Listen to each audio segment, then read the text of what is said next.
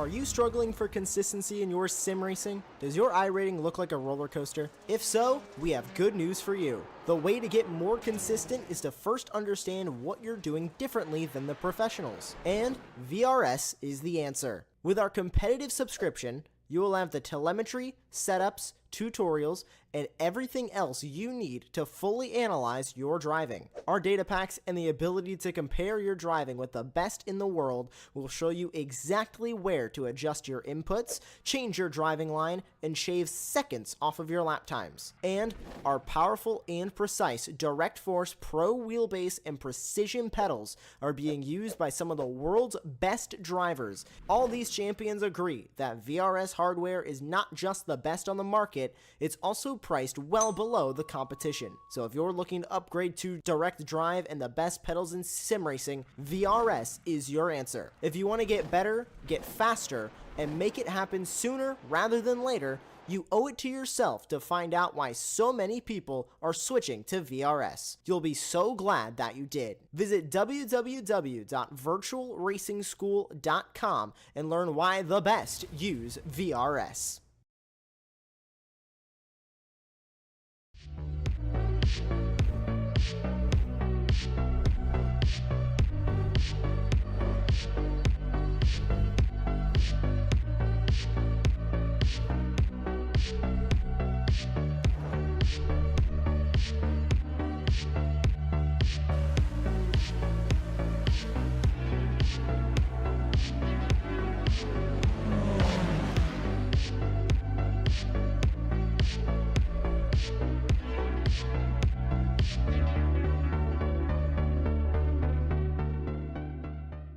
Ricmotech, high-performance sim racing equipment.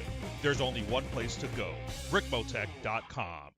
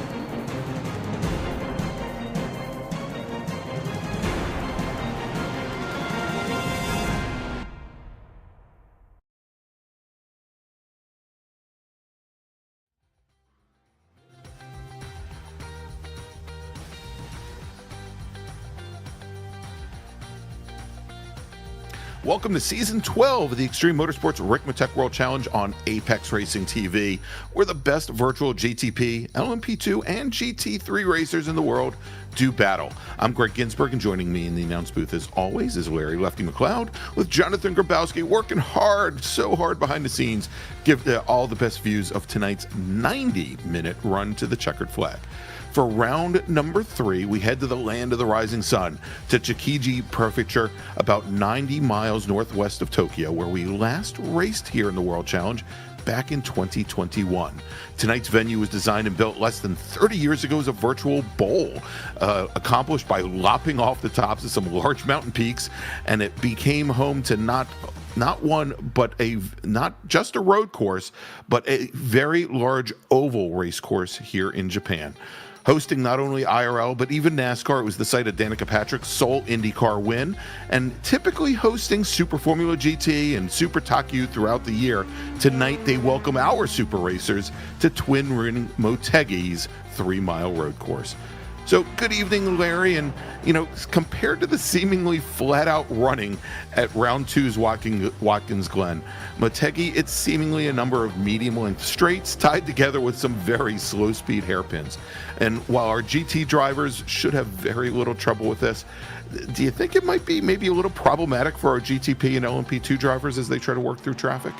Greg. Yeah, this could be an interesting night. This track is certainly not like the bunch of long, fast sweepers and all the crazy positive camber banking that we had at the Glen. This place is relatively flat, and it is a lot of just these tighter corners, long corners, hairpins. This will definitely be a challenge for some of the faster classes coming through the GT3s. We got a pretty big field. I think I see 46 cars logged in here. A big, giant field tonight. Could be interesting, and after what we saw just 2 weeks ago, I'm only excited to see how much better it can get with some of the drama that we had, and I'm looking forward to tonight. Oh, absolutely. And maybe to add a little bit more drama, Larry, as our racers are out for their qualifying session. We'll check in with them in just a moment here. We've got some racers that have changed classes and changed cars and moved around. We'll talk about that a little bit as time goes on, but we're going to have our first outing for an Eagle Beaver GTP car. I can't wait to see how it flies. We are going to have, looks like we've got a brand new driver to the series, and he's already got a fan in the chat. Brandon Guillot, racing for the Motorsport Direct, going to be racing a Ferrari here tonight in GT3. And big surprise is Jimbo Pfeiffer moving from GTP down to the GT3 ranks.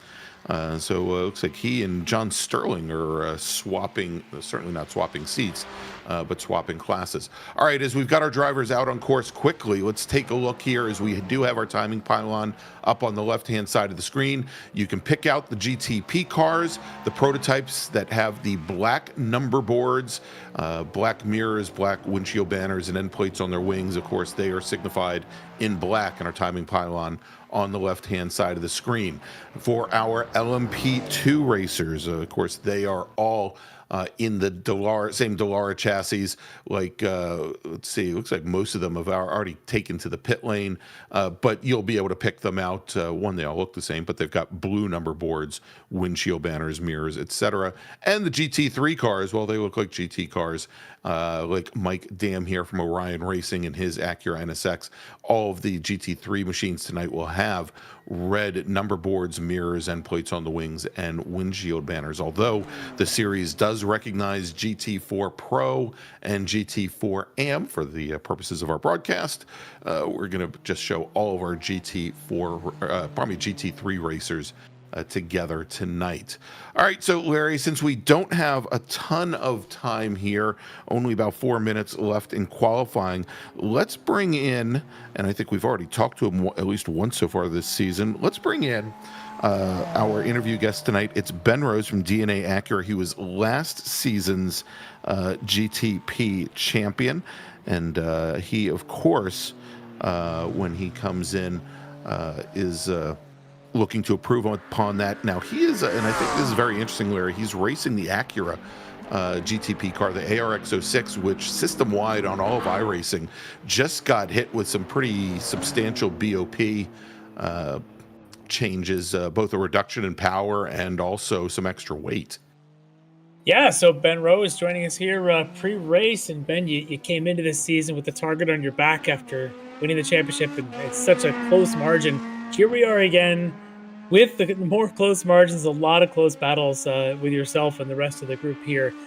How is your approach to this season different coming off of a championship? Well, thank you guys for having me. Welcome back. Well, I just take it one race at a time. I'm not really thinking about the championship as it is right now. It's just basically trying to finish as high as possible every race.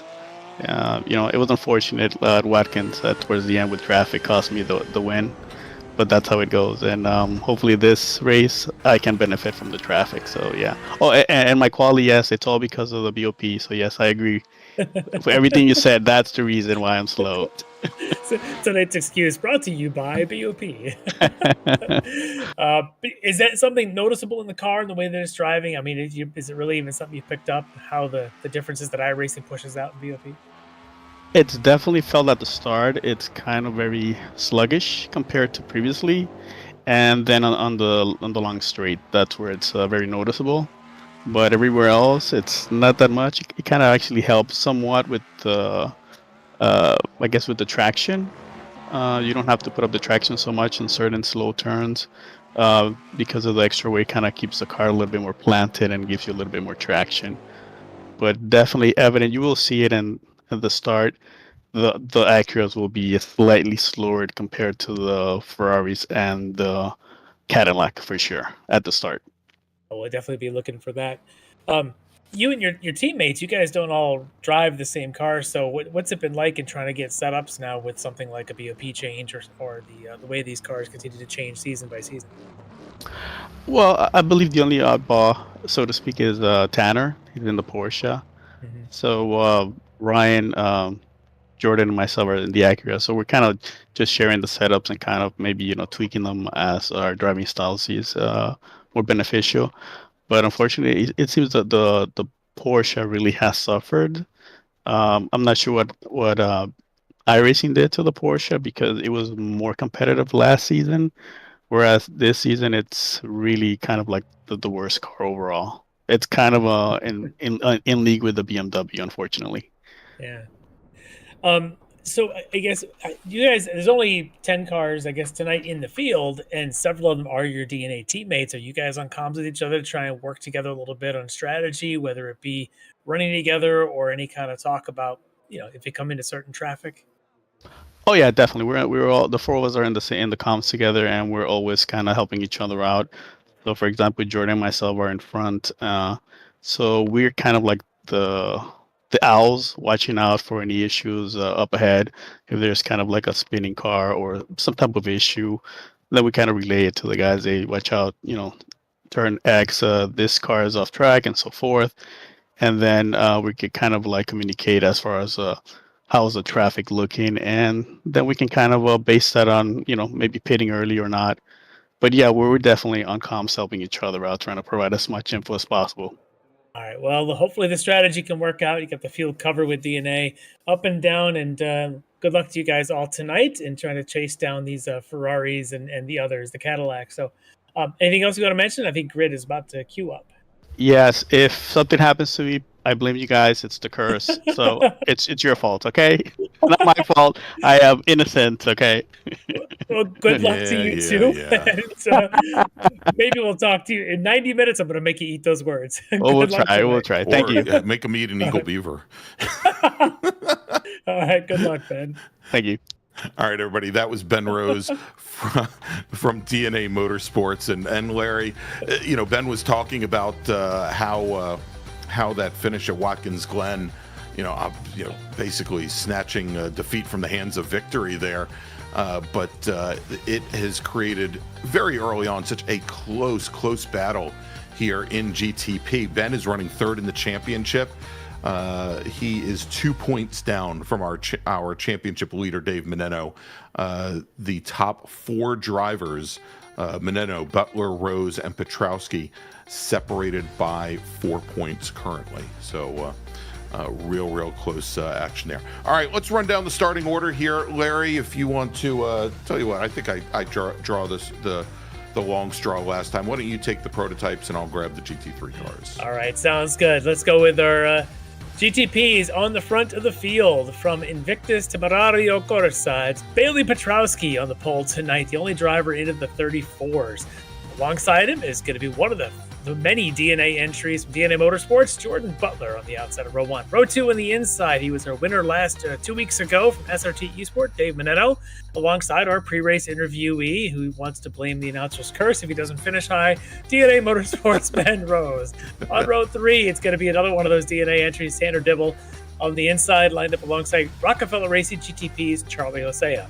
On row 4, you've got the anchor of the Invictus Temerario Corsa team, Bobby Childs. He'll be on the inside, lined up along with Ryan Racing DNA Motorsports. And finally on row 5, it's the Eagle Beaver, now flying in GTP trim, John Sterling, alongside another one of the Invictus drivers, Aaron Beaver, no relation to the Eagle Beaver. And then we've got our SRTs as we start into the LMP2s. Caleb Lehman will be on pole there tonight in the LMP2s alongside his teammate, Josh Chinsky. On row 2, it's going to be Trevor Anderson from HSR Phantom Racing and Avon Dorsey from Rockefeller Racing LMP2. And then finally, you've got Kyle Strikers from SRT Esport and Josh Vidal, HSR Phantom Racing. All right, as we move over to GT3, Larry, and it's a very short pace lap. We'll start to run down their order, but safe to say it is all Orion Racing in the top 3 rows here as the prototype racers get the green flag, and we are racing here at Twin Ring Motegi. Honda's present to the world as we've got Bailey Petrowski leading the field down into turn 1. Dave Meneno slotting in the second place. He's got Jordan Butler right behind the Tanner Dibble and Ben Rose as the field makes it safely through the double apex turn 1, heading down to turn 2. Our GT3 racers now getting the green flag as well as they're going to make the run down to turn 1. We have our pole sitter Mike Dam with a rear Akira Arata battling it out with teammate Taj Edwards. The two Acuras now side by side through turns 1 and 2 as Taj Edwards settles into third. Then Milan Harris. We've got a number of cars off on the exit of turn number 1. We'll get to them in just a moment, Larry.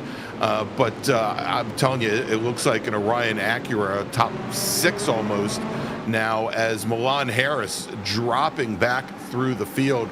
We've got Ilya Speaker, sitting up in 6th position currently. He's like the one interloper in his McLaren. Otherwise, top 5, actually 6 of the top 8, all Acuras. As Milan Harris now continues to have some issues. He drops back to 8th position. He's battling it out with Jennifer McDonald. McDonald currently sitting 9th in GT3, who's actually our fastest racer in practice during the week. Let's take a look at that start.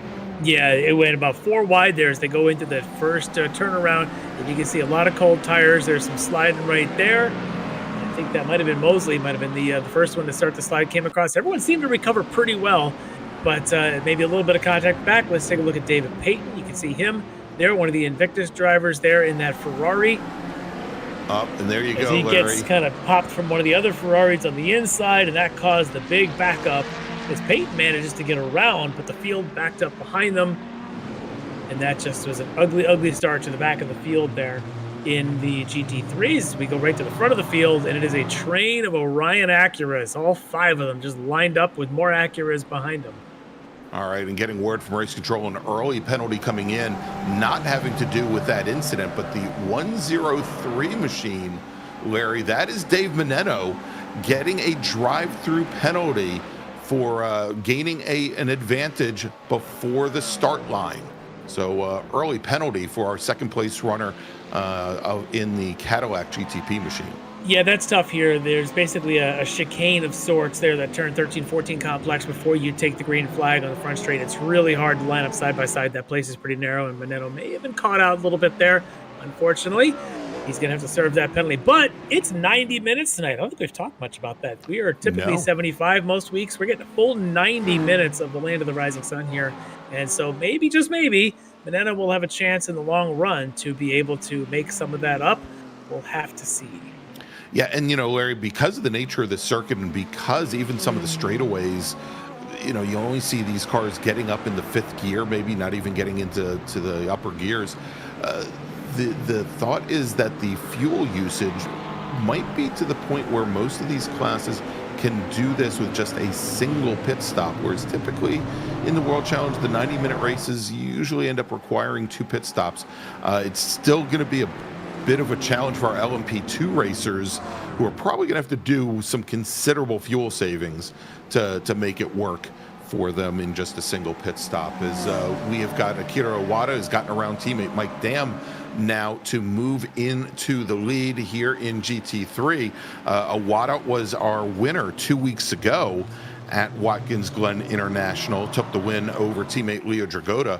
Iwata, I believe, ran from pole. He had fallen back at a couple points, but was able to retake the win.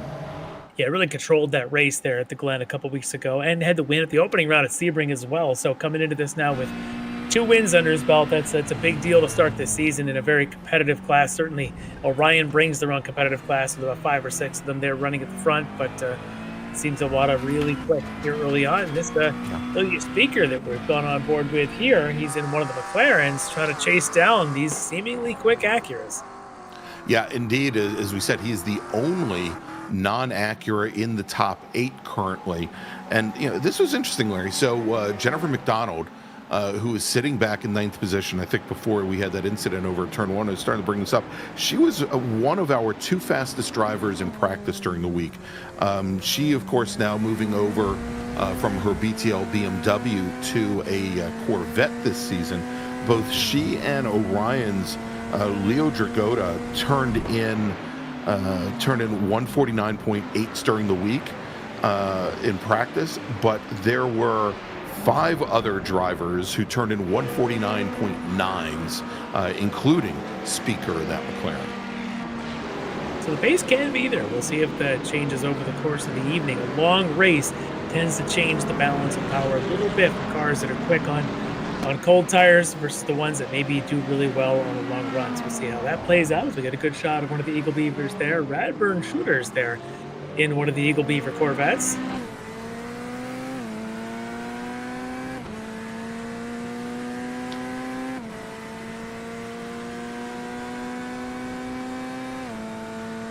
And of course, I think we mentioned that his team, one of his teammates now, moving over into the GTP class. That's John Sterling, racing in one of the Cadillac V-Series GTPs. There he is.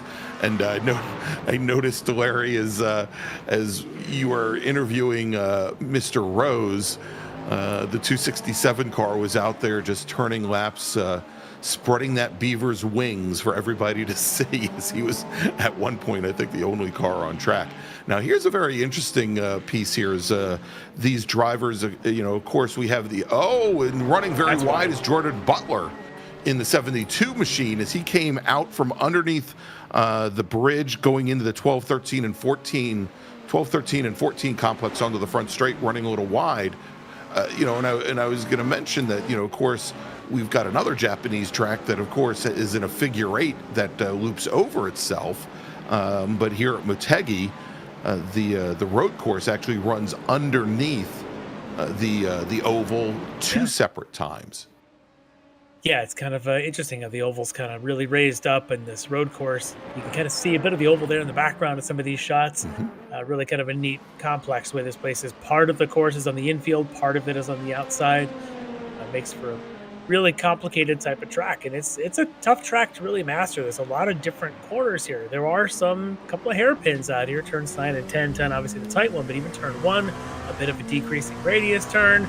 Then you've got sort of the flowing S's that have different angles between around 7, 8, and 9. So the place definitely has some interesting characteristics to it. You don't see it a lot in some of the series unless you happen to follow, Japanese supercars or something. But so you see motorcycle racing for sure, pretty famous for that. But really an interesting track, not often used on the sim. I'm glad to hear that our World Challenge is making a stop here instead of just using the typical Suzuka and Fuji.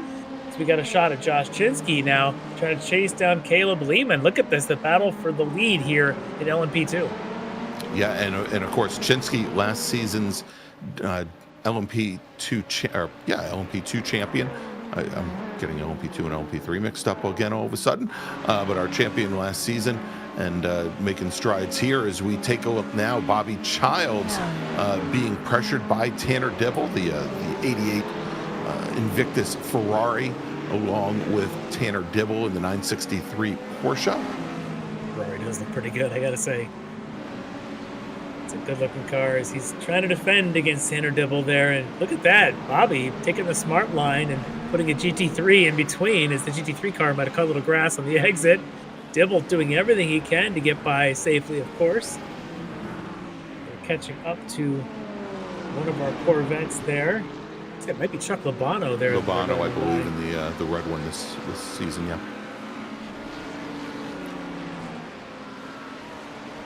Well, we know the traffic was an issue at the Glen just 2 weeks ago.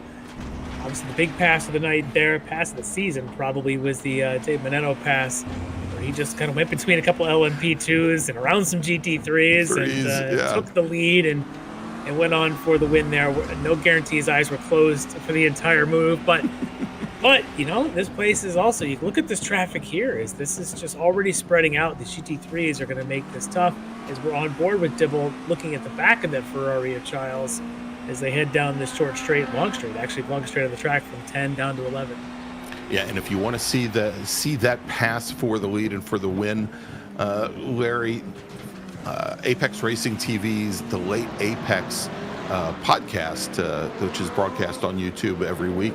The last 2 weeks' episodes have had these last lap or last remaining minute passes for the lead, both in the World Challenge and also in the Mini Mite Sports Car Challenge broadcast. So you can definitely go check that out if you'd like. Yeah, the one last week in the Sports Car Challenge was a pretty impressive late race move as well. Another one of those, just keep your eyes closed. It feels better that way. And again, for the lead in the prototypes, it was unbelievable. So we'll see what tonight has in store with us. The two teammates here, Rose and Butler. Rose said that they're on comms. They work together.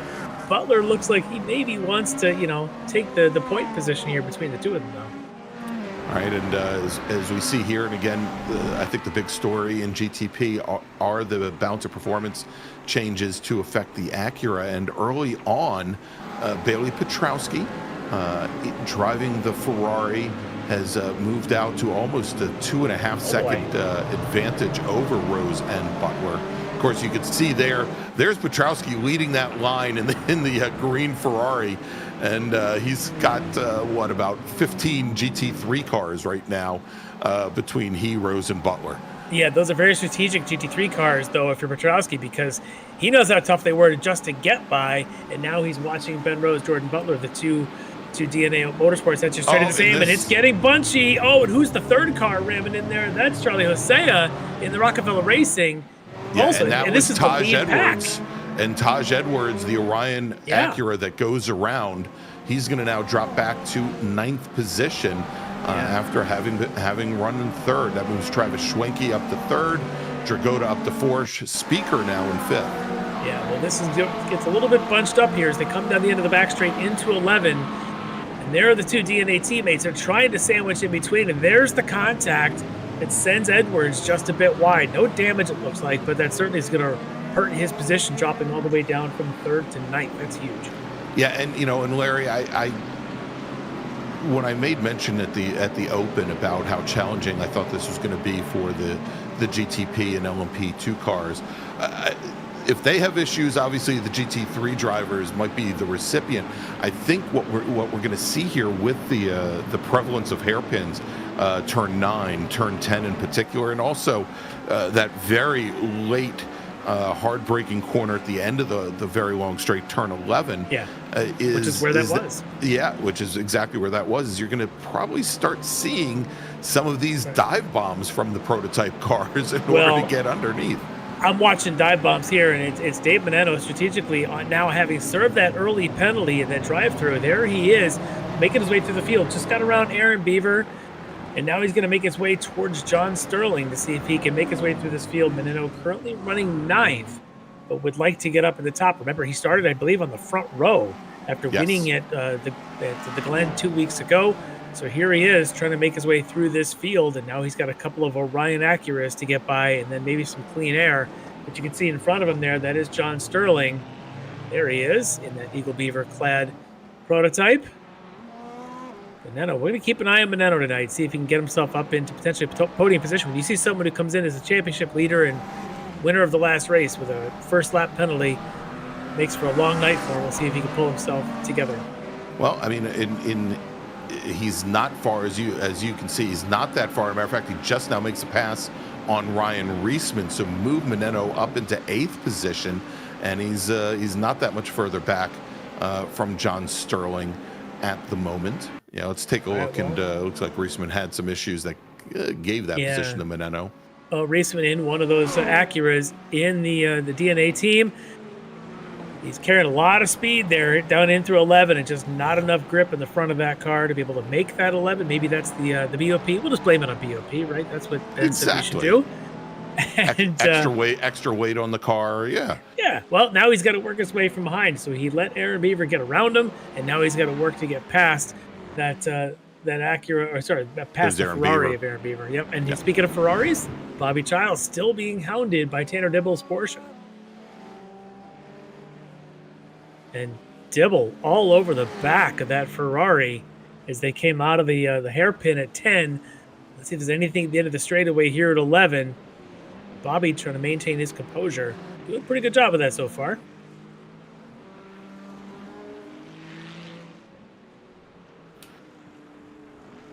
And not a big surprise, Larry, coming in from race control, Jordan Butler, currently running 3rd in GTP, wow, look at the damage there on Ilya Speaker. Yes, we had the penalty, as you just mentioned, to Butler, but Speaker now trying to get back to the pits, limping around. Let's see the replay here. Speaker had worked his way up to 5th. He's got a train of cars with him, including Hartley behind him. Was Hartley that close? It almost did. And then he just gets... From the looks of it, he just had the rear end step out on him, Larry. I don't think he was. It was really close. See if we can get a rear shot of that car on a replay. But it looked like a sudden move, but it did not look like Hartley was close enough. So no, I don't think he was, Larry. As he came through, the rear end started to walk out on him. You're right. That's all. Yeah. Speaker, and then this is just insult to injury, unfortunately. Yeah, and a lot of injury after the insult. You see, one of those is Taj Edwards, who had his own. We were just talking about the penalty being given out to Jordan Butler. Well, that was Taj Edwards that was a victim. Now Edwards gets caught up again, this time in this accident with Speaker. So rough night for Edwards, really rough for Speaker. That's not a happy look in McLaren. No, and I know that Jonathan's trying to give us a shot of the rear end of that McLaren as Speaker's dragging his tail back home. Yeah, this right here, that's Josh Chinsky, Trevor Anderson, Caleb Lehman, the three-way battle going on in LMP2. Look how close these three are. 16 minutes in, and they are still nose to tail.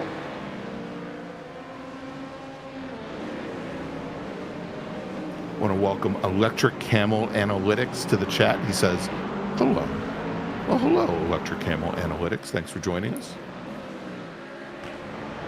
He wants to know why these organizers run these different classes again, because this is exactly what happens in real life. If you watch the Daytona 24 just a few weeks ago, it was exactly these classes running 24 hours around the Roval there at Daytona, and we're doing it again here in the sim world.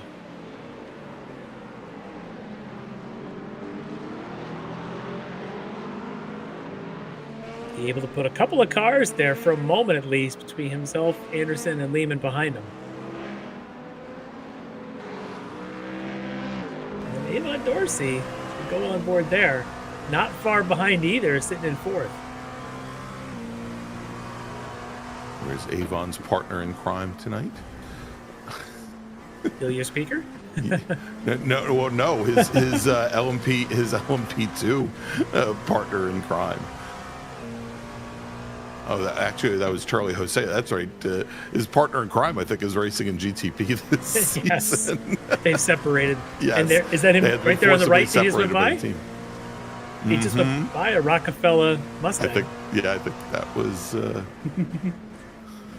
over the place. Oh, that was probably Stacy Bertrand. Yeah. Okay. And that's a Rockefeller Corvette there right in front.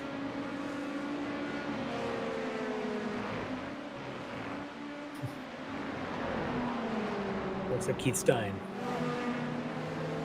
We didn't get to, with the short pace lap, we didn't really get to call the grid lineup of the whole GT3 field, so we'll try and get them spotted here as the race goes on.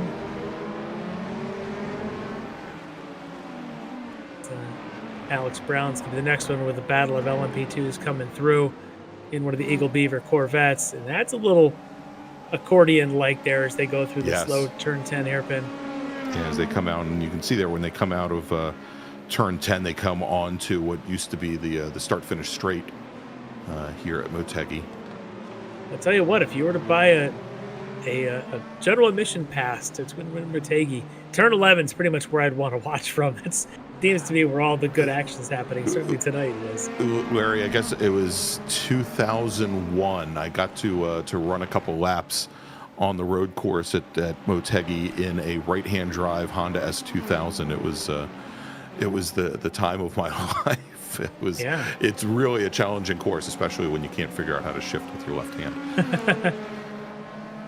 Yeah, everything's in the wrong place. Your rear mirrors are in the wrong place. All of it just doesn't feel right-hand drive. Unless, you're from Japan or England or one of those other weird countries. All right, Jordan Butler coming down the pit lane, and this is likely to serve that penalty for the incident with Taj Edwards a couple laps ago. Yeah, later on the serving of that than I would have thought, but yeah. Well, we'll see if he takes to his pit stall. I don't think he will. The pit window for the GTP cars should be opening up somewhere around lap 26. So we're not even halfway there yet. Yeah, well, and that's assuming he's going to do it with just a single pit stop, as opposed to breaking it up. And that's the thing about this tonight's event is we get two of these in the 8-event season where it is a 90-minute, so it does change your fuel strategy a little bit. You've got to stretch out that fuel load before you can come in. Maybe you do a little bit of fuel savings to make the pit stop a little bit shorter. But I tell you what, look at this, the battle here for GT3 Pro between the teammates, Akira Iwata, Mike Dam, the Japanese driver, the Canadian driver, battling it out. And in third is their American teammate there, Travis Schwenke, Leo Dragota. International flavor to the Orion team. Very cool. And Todd Edwards, of course. The Jamaican right in the mix as well.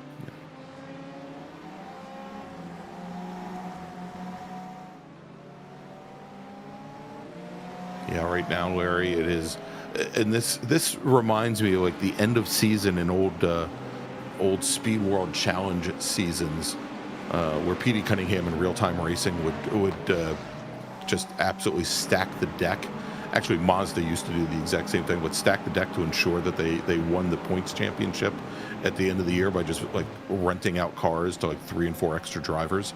Because right now the top 1, 2, 3, 4, 5 racers are all Orion Racing and in their Acuras. You'll notice a little bit further back right now, Leo Dragota and Rob Hartley about 3 seconds. Well, now down, about 3 seconds off the top 4. Well, that front 4 is definitely sticking together for right now.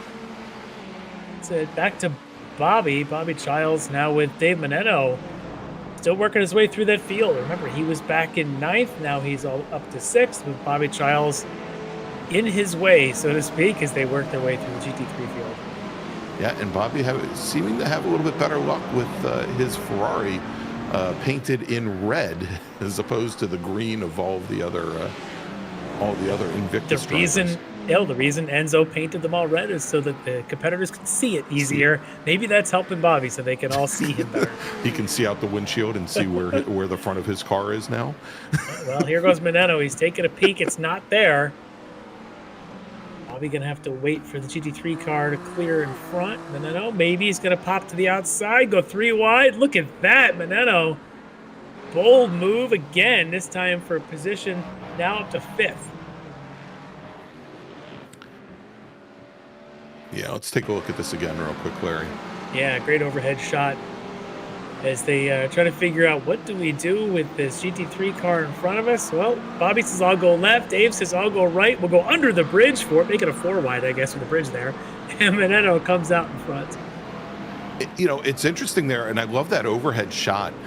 You'll notice that there are a lot of lines through the grass inside of the apex curbing through 12, 13, and 14.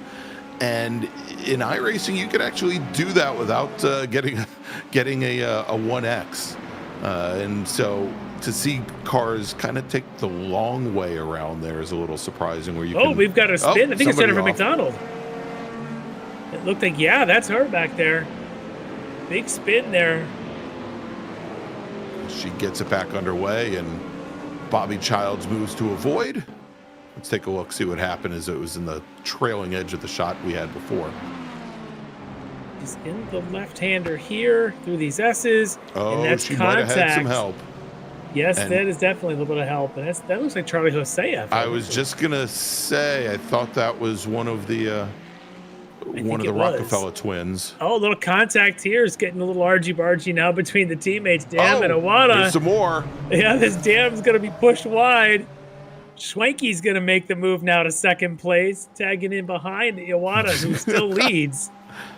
That's what you call home court advantage, Larry. Yeah. Well, he knows what he's doing. He's been quick so far this season. Mike Dam just gets a little shove from Leo Dragota right behind. Yeah, well, the youngin wants his way on through. I tell you, this is very much like a Miata race, the way these 4 are battling it out. A little bit of bump drafting going on, a little swapping of positions. Who would have thought it was in 3,500-pound Acuras? Well, Larry, I was going to say it was starting to look very much like an Orion Mini Mite Sports Car Challenge race at Mosport. Yup. All right. The cars are different, but the names remain the same. Well, they just were interrupted with a couple of GTPs going through. One of those is Charlie Hosea. We're still waiting on the stewards to make a ruling on that contact he had with Jennifer McDonald. So we'll get back to that in a minute. As Mike Dam now relegated to 3rd in this train. Look at the hand movement there as he's trying to catch the car through these 180s. Well, yeah, and so few of these corners have any kind of camber to them, Larry. Mm-hmm. Go flat. And it does look like a penalty is going to be issued to Charlie Hosea in the number 100 GTP. So he'll have to serve a drive-through penalty for his contact on Jennifer McDonald. Look at this now. 3 wide as the GT3 is trying to get out of the way. And it's Bobby Childs. Behind Bobby is an LMP2 of Josh Vidal. Behind that is the 72 GTP of Jordan Butler. Oh, it is getting tight here around the 11, 12, 13, and all the way into 14. It is, and Larry, it's amazing here to look because of the amount of congestion, especially when you get to these Orion cars all in a line, where the LMP2 and the GTP cars are running very similar lap times. I think at this point, we're talking about maybe a half second to a second a lap separating them. And there you go, Charlie Hosea takes to the pit lane to serve his drive-through penalty. Let's take a look at some other battles here. There's Alex Brown in that Corvette, the Eagle Beaver Corvette. I think he's trying to chase down Milan Harris in one of the Acuras there from Rockefeller Racing right in front of him. And, of course, more Rockefellers behind Keith Stein, Stacey Bertrand, both back there in a Corvette and a Ford, respectively. So it seems like one Eagle Beaver just surrounded by Rockefellers. Yeah, and so...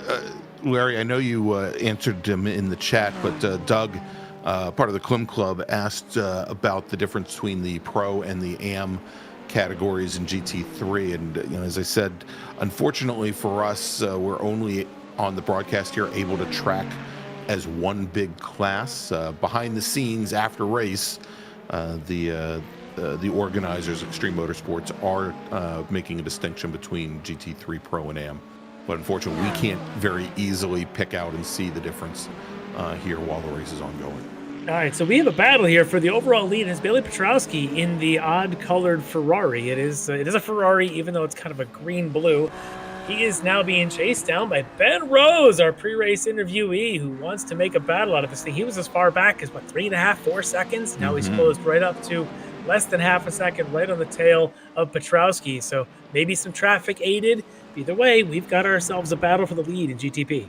Well, Rose had said that you'd see at least on the start that the Acuras would be at a disadvantage. I didn't expect the start to be 17 laps in length, but he's right there. Well, that's a good sign, though. I think for him is if the car, to not lose the race entirely, to be able to have the race come back to you, and I think that's important for his race tonight. Let's take a look in at David Klimovich. Hey, Doug, there he is. Not the highlight you wanted as David goes around. Has to escape to the inside lane there to get going again. That's right at turn 10 in that hairpin. So there's been a Klimovich sighting, and David not having the best of evenings. Let's go back to our lead battle. Bailey Petrowski, Ben Rose, currently clear of any GT3s, but that won't last very long as they go through a couple of LMP2s as well. I think that's the leaders. That looks like Josh Chinsky right up there in front of them. And Larry, here's an interesting development. Charlie Hosea in the 100 Ferrari GTP car came down the pit lane a second time, and I believe he is in his pit stall currently. So now with only 16 laps in the books for him, looks as though he's taken a full pit stop. So do we know the strategy tonight on GTPs? Do we think they need to stop twice? No, that's the thing. They don't need to stop twice. And we didn't see the window for them opening up until much later. I think window would be, they could run about 30 laps total and a fairly short pit window. We didn't think the window would open up until lap 26. We'll check back in with Charlie at some point here tonight to see what he needs to do. Obviously, you don't believe he can last the next 60 minutes to get all the way to the conclusion, so he will have to stop again. Look at that. There's contact. That's Wedderburn in that McLaren, I think, into the back of the Ferrari of Peyton. Yeah, and looking at the livery, Larry, I think Wedderburn may have been one of the Ferraris that was caught up or involved in the in that lap one exit of turn one little melee. So we see him sitting down in 21st position. We know he's difficult to get around, that's for sure. Yeah, well, Wedderburn, maybe he didn't make contact, but it sure looked like it from my vantage point. He's certainly aggressive enough now. He wants to get past that Ferrari, but the Ferrari seems to have just enough legs on these short straightaways to hold the McLaren behind him. And Larry, I think there's something very, very wrong with Charlie Hosea now. Is he's been in his pit box for over 2 minutes, so certainly not an off strategy here. It looks like he may have just called it a night. Oh, that's unfortunate. Unless he's getting repairs. He was running pretty well. All right, but look at this. We have a new leader in the race in the GTP. It's Ben Rose. Oh, and there's something- action and in there's front of him. We're Big gonna get back action to it right in a minute. front. Yeah. Well, let's look at the replay here of Rose, of how we got that position. Then we may need more replays of how other things may be happening. But Rose gets a little bit of traffic to set a pick. And then in those hairpins there between 9 and 10, he's able to make the move. Beautiful stuff for Ben. Well executed there. But then as we caught up with them, Let's take a they were look catching now. more traffic. Maybe he survived that traffic.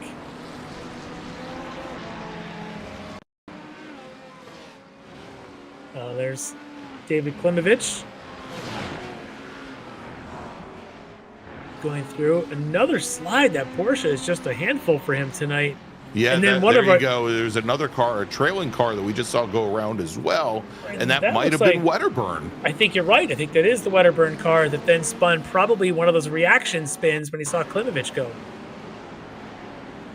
One more replay of this as the leaders were coming up behind this pack.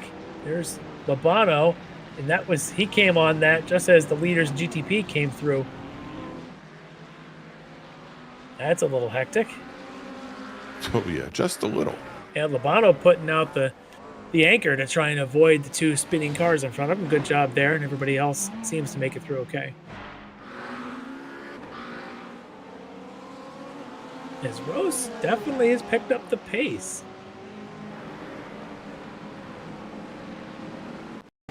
Starting to wonder what's up with Petrowski. But let's catch in with our lead pack here of Orion Acuras as they've kind of lost sight here. A little bit of a wada, and that is Schwenke making a new That's one course. way to catch up. That is, that's more like the other night I was running some Pro 2 light trucks. That's exactly the line you would take, but Yes. that's not the line in your GT3 Acura. If you haven't driven the Pro 2 light truck in the sim at any racetrack, I highly recommend it. I say you do it over at immediately coming to mind is Lime Rock, where you just don't even worry about Big Bend. You just go through. You turn in at Big Bend and then you straight line it to the right hander onto the no name straight. Yeah, well, we were racing at a couple of tracks last weekend, and it said no matter where you were, you basically apex on the actual physical Armco walls because pavement or dirt pretty much has the same grip. Same and you can thing, serve yeah, any same slowdown characteristics, penalties yeah. just by driving because the trucks are so slow. But anyway, that's a whole different game. Let's get back to this one as Rose now has opened up a 2.7 second advantage over Petrowski, and I can't help but wonder, is there something wrong with Petrowski? Maybe an issue with his sim rig. He's had issues in the past. Yes. So he's still in, but I start to wonder if maybe there's something up with his rig that's causing him to sort of miss his marks. You know, having issues perhaps either with a feedback issue or a pedal Late issue. night playing his guitar. Maybe his rig needs a little bit of a tuning. Ba-dum-bum. All right, another penalty being handed out. This is to the 119 car, not the 118. Oh, that's a Lucas Dragotta Yes. in the McLaren. For contact with another driver, and I didn't get the number of that bus. Somebody needs a bus livery. Yes. It would have been the 320 is the other car that was Yes, that's involved. the other That's one. Dan Carrito.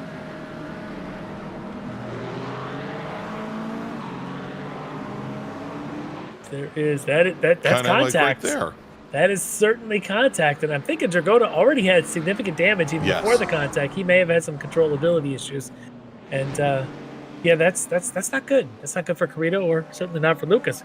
We haven't seen Lucas that will be kind able to come down the pit lane and start getting repaired. Oh, that's right. He can't because it's a drive-through penalty. Yeah. Well, he'll likely be in the pits for a long time. Yeah. As we catch back up to Petrowski, now 4.4 seconds behind Ben Rose. Petrowski continuing to struggle. I gotta imagine he just needs to get to the pit window if he's got a sim rig issue, because you could take that couple of seconds if you need to do a quick restart or something. You could do it in the pits, but Right. you may just have to suffer until then. Yeah, and interestingly enough, even though we're talking about how Petrowski has fallen off the pace now, and he is running almost 2 seconds a lap off of Ben Rose's times. He's 5 Tanner seconds Dibble- off his own. Yeah, and Tanner Dibble now, who's sitting third, is just now managed to turn in a faster time than Petrowski. You know, and a lot of this is dictated by traffic. But Dibble for a lap and a half was running about a tenth off of what Petrowski was running.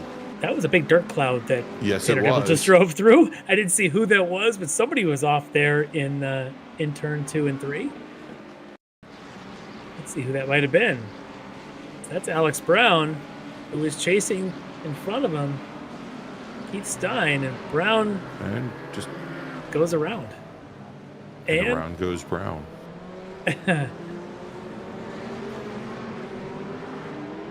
All right, so Brown continues without contact, but certainly brought a little bit of gravel back on the track. And now he's right in front of your LMP2 leader, Josh Chinsky, who opened up a couple seconds there on Anderson.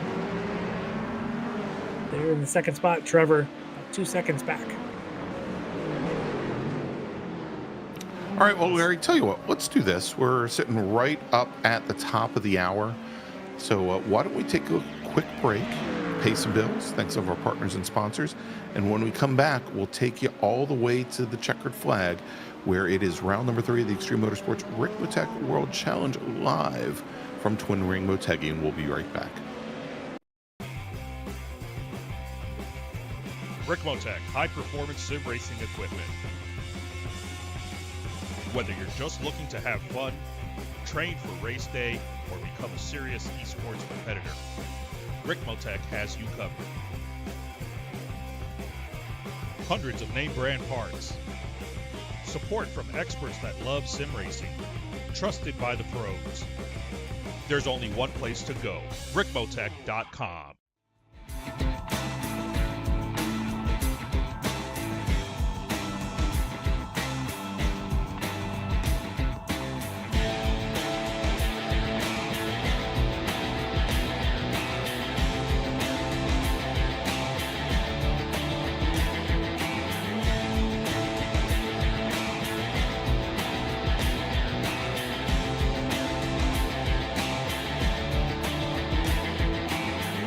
The SCCA Foundation is a 501c3 organization serving as the charitable arm of the Sports Car Club of America. One of the programs partially funded by the foundation is the SCCA Academy, an online learning management system used to keep real-life racing track officials up to date on the highest standards of race safety and officiating. Through this program, the SCCA Foundation is supporting the future of the best trained corner workers and event officials in motorsport. You can support these efforts at www.sccafoundation.org.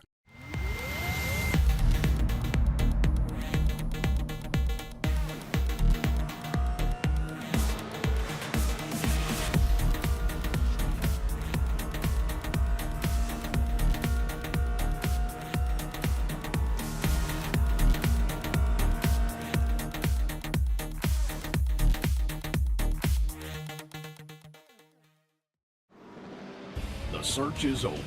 The most comprehensive league scoring solution is here, with the ability for multi-level championships, custom incident tracking, post-race time penalties, support for heats, drop weeks display, multi-car team scoring, advanced web widgets, rookie championships, a custom paint system, and load those results in seconds.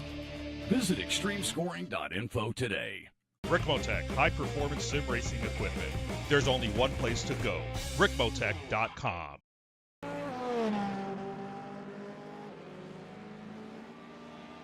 And welcome back to the Twin Ring Motegi, home of tonight's round number 3 of the Extreme Motorsports Ricmotech World Challenge here on Apex Racing TV. I'm Greg Ginsburg, along with Larry Lefty McLeod.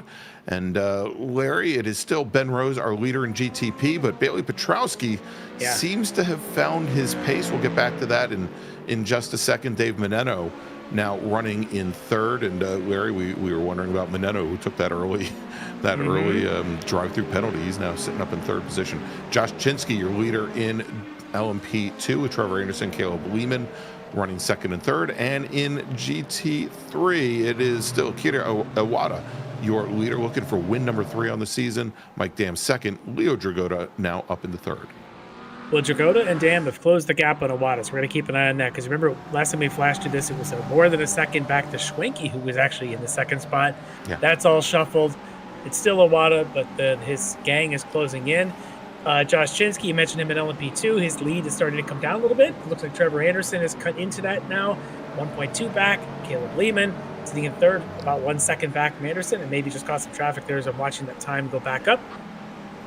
But the story is Petrowski, who just lost ground, as Petrowski had gotten it down to about 3.5 seconds behind Ben Rose, now back up over 5. I don't know if it's just traffic related. Could be.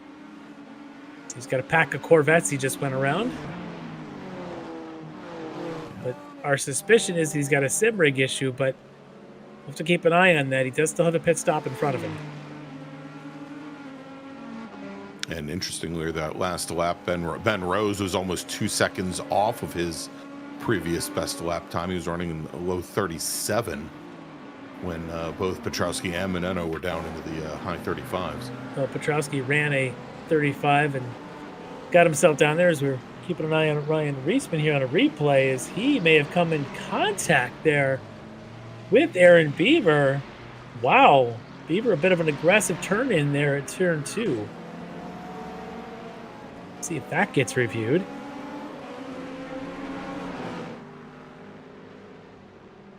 And Dave Meneno, who served that early drive-through penalty, is into the pits. It's the earliest of really anyone in the field.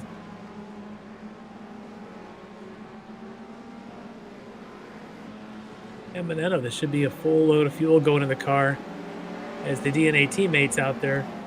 Dibble and Butler now sitting third and fourth.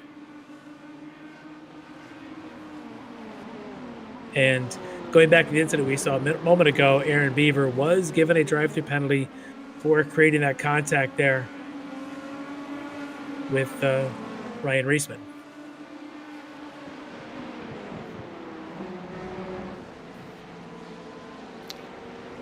All right, so, and we've got it on the ticker here on the pylon. We've got Trevor Anderson in the pits, Avon Dorsey, Kyle Strikers coming in for their pit stops right at about the 25 lap complete marker here, Larry. So, as we've got just a touch over 45 minutes remaining in this race, they're just under halfway. Yeah. They're either going to have to take a splash or they're going to have to do quite a bit of fuel savings on their second stint. This will be a very interesting finish. We've seen that in the past where we've had races. I believe it happened at the sports car series just last week where a car ran out because the race was about 5 seconds away from ending, but they got one more lap and the leader of one of the classes ended up running out of fuel. We got to be watching some of these drivers doing that here, specifically in the LMP2s, where Strikers, Anderson, Dorsey have all stopped. And did you see as Strikers came around turn 1, and now as these drivers, they're all on new tires at this point, Larry, because of the amount of time it takes to get fuel. Strikers has got the rear end of his LMP2 machine just going every which way right now as he's leaning on him. I'm sure leaning on him probably will help get some heat in them. But I'd be also a little bit concerned about front end bite as well going into some of these hairpins. Yeah, well, here comes Caleb Lehman into the pits. So we'll see where Lehman comes out with that pack of Anderson and Strikers. And again, if they're all going to fresh tires, it's the game of who's quick on cold tires. Yes. I'm curious if anyone's going to try and stick with the tires that they're on and run the double stint on them just for consistency's sake and then deal with a tire that wears at the end of the race instead of dealing with one here in the middle.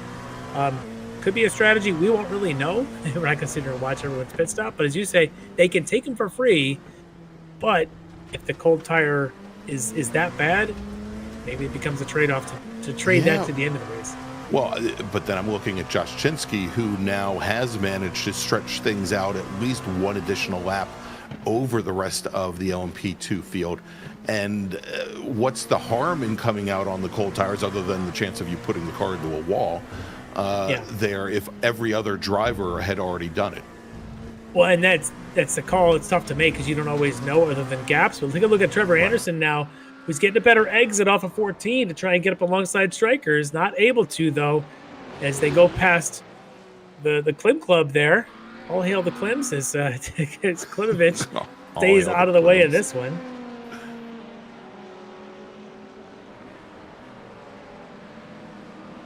Unfortunately, that's the best highlight for David tonight, as the others Sorry. have been spins and things. So this one, he's able to just stay out of the way. It goes off in the background there, I think, was Trevor Anderson. Yes. Have to get a replay on that. He was there for a minute, and then he was gone off doing planting flowers back there in the garden. There he is. Hanging out with Osimo. He lost some ground to Kyle Strikers there in turn 3.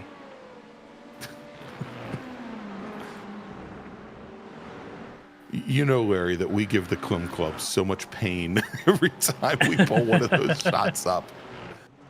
I know, it's unfortunate. That's why it's great to see him on camera where he's doing what he's supposed to be doing. All right, Rob Hartley coming in. I believe he was 5th when he pulled in at the back of the train of Orions there with Wada, Jagoda, Schwenke, and Dam. Yeah, as we also have Jennifer McDonald and Milan Harris bringing their cars down the pit lane, as well as some of the early takers in GT3. And now Josh Chinsky, Larry, here he comes, Josh Chinsky, pitting in from the lead. Not for long, as I leaving think. Now. Caleb Lehman is going to be right there. Yep.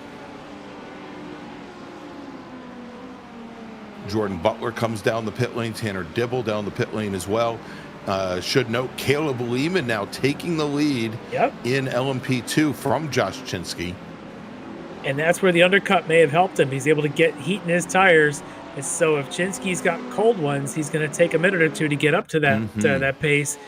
And Lehman jumped at the opportunity. So Lehman from SRT Esport, now your new leader in LMP2.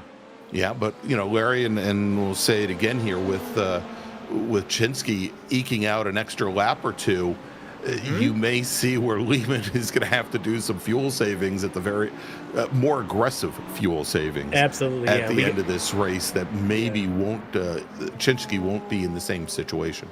Yeah, something we'll have to watch as the race laps wind down is what kind of pace does Chinsky have at the end when he'll have a little bit more fuel to go 10 tenths, and maybe Lehman and Strikers and the others may not be able to. So let's keep our eyes on that. All right. There he Leo is. Dragotta pits in. Travis Schwenke in now as well. But the ones we're watching, Ben Rose, Bailey Petrowski, the leaders, there was 2 seconds between them after it was as much as 5 not long ago. Petrowski cutting into it. Ben Rose now right in front of him. He can see him. So these two rivals are going to come out together. Petrowski looking for his pit stall. That I was going to say that's a very short pit lane, a very hectic pit lane. Everyone wanted to come in between the 45 and the 49-minute mark. Look at all the GT3s in there, and here they come. Iwata, Dragotta, Schwenke. And so watch, because Iwata hasn't pitted in yet, nor has Taj Edwards. Of course, Edwards had that early incident. He's running about 10 seconds in arrears of Iwata. All right, Ben Rose now heading out on track. Pretty good advantage there for Rose. We'll have to see what that looks like. 4 seconds up. He may have picked up a second or two in the pit stalls. And Bobby Childs leading the race now. I have to do it. In his Ferrari. There's Bobby. You know what, Stubby Larry, goes crazy. and this may be affecting this. I don't see Stubby in the chat tonight. Maybe it's actually Stubby subbing in and driving. Nobody, don't tell Bobby. As there's Josh Chinsky getting passed by your race leader, Bobby Childs, and at number 88, Ferrari. Zipping through the traffic there. We don't want to give too much camera time to Bobby, but we know that he probably knows his position. He'll get it later. All right, so Bobby doing it right here. But it's Ben Rose and Bailey Petrowski now, 4 seconds or so between them. And there's Taj Edwards, who's been in a couple of incidents tonight. Yeah, so he pits in now from second. And again, he was, almost 10 seconds back from Iwata. Yeah. Well, that's interesting because Iwata stays out one more time. So he really was able to save fuel and lead the race the whole time. That's as impressive as anything. Well, we saw that at round 1 also, Larry. Yeah. That he was, I don't want to say a master, but he was very good with the fuel savings as we're watching now coming down. That's Lucas. Yeah, and now that he has a nose on his car, trying to get some heat in the front tires. Yeah, well, yeah, the car's having issues, and it seemed like Iwata came out of turn 3, and Dragota was still trying to warm tires. Like he didn't realize Iwata was behind him. But Akira Iwata continuing to lead and dealing with all sorts of things tonight. We'll see if he comes in this time by and what that lead may look like with his teammates Dragota, Schwenke, and Dam all nose to tail. All right, Bobby Childs does pit in now, Larry. That's going to drop him down in the 5th position. Ryan Reisman in as well. Jimbo Pfeiffer making his debut in GT3 after having moved down from the GTP class where he ran rounds 1 and 2. He's on the pit lane now as well. And as we've got Filippo Barberi just now leaving the pit lane. And Barberi should rejoin in 14th position in GT3.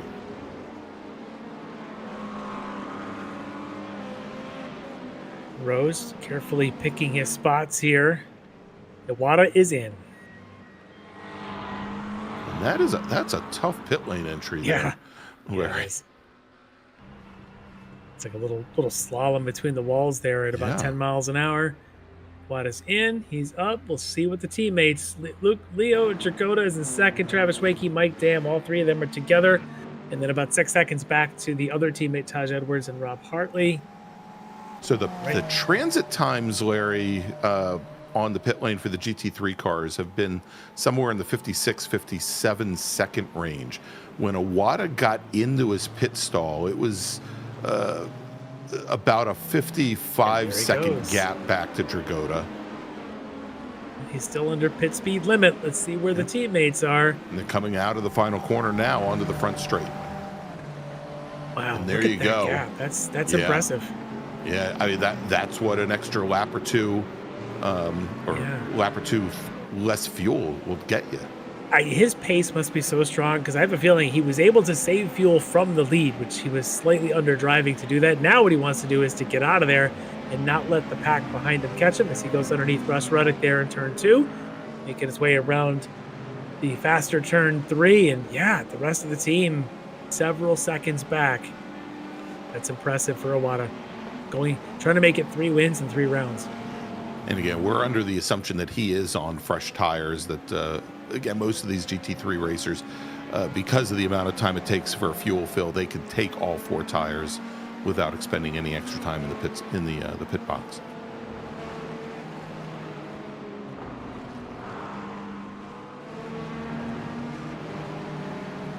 Well, the battle may be just for second here in GT3 Pro with Leo Dragota, Travis Schwenke, Mike Dam, and even Schwenke and Dam have kind of lost a little bit of ground to Leo Dragota. Yeah, well, and also notice that that Schwenke is now back up ahead of Mike Dam. Of course, leading in a couple laps before they came down the pit lane. Schwenke had that off in the 12, 13, 14 complex that had put him back in the 4th position.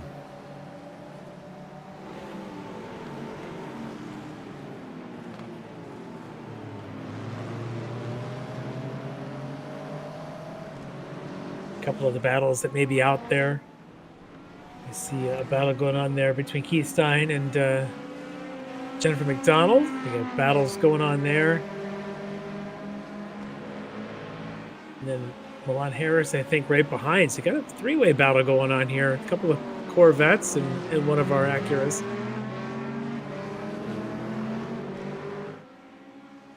Again, Jennifer had an off earlier in this race that she had some assistance getting there, but making her way back up currently in 8th. I'd like to find that 7th spot currently occupied by Keith Stein in front of her.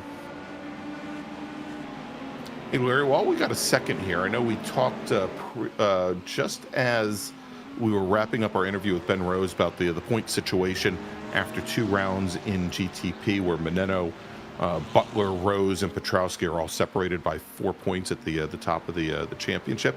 Let's quickly take a look at LMP2 and also GT3. There was, as we've got our GTP point standings up on screen.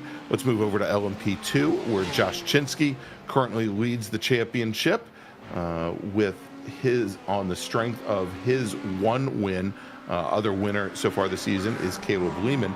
But we've got Dorsey Lehman running second and third. Trevor Anderson currently in fourth, and certainly, again, with only two rounds complete, very, very tight running there in the championship.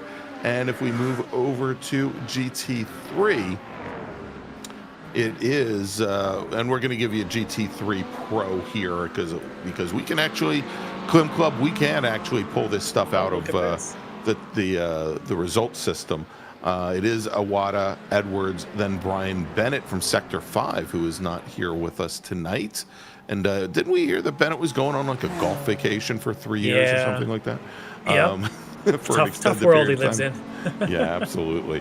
And we should see some changes there as Mike Dam came into tonight only a point back from Bennett. Ilya Speaker, fifth in the championship. That's in Pro. And if we look at GT3 AM, Dan Carrizo in his Acura, your points leader with 83 points. Lucas Stragota second, and Filippo Barberi only a single point back from Lucas, with Chuck Labano fourth. And, for those following the AM category, Carrito had an incident. He's out of this race, or at least not going to be competitive with it. Lucas Dragota, we've seen the front of his car missing. Actually, there's Dan Carrito there, about 5 laps down from the leads in GT3. But Dragota has issues. Barbieri hasn't exactly been super strong tonight, but we'll have to see how these points shake out with some struggles to the top two. Yeah, indeed. And, of course, early on, Ilya Speaker had some issues with his, had some issues recovering from a spin in his McLaren. He's been on the pit lane ever since. We wouldn't expect to see him out. And the two Invictus Ferrari GT3 drivers, Chris Thorman and David Payton, have been on the pit lane, and I believe they had both gotten caught up in one way or another in that lap one, turn one incident.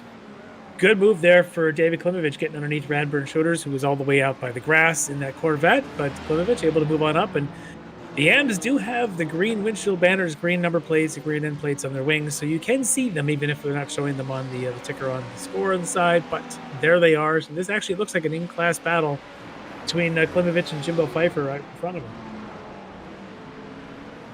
Just to give you a little love to the GT3 AMs.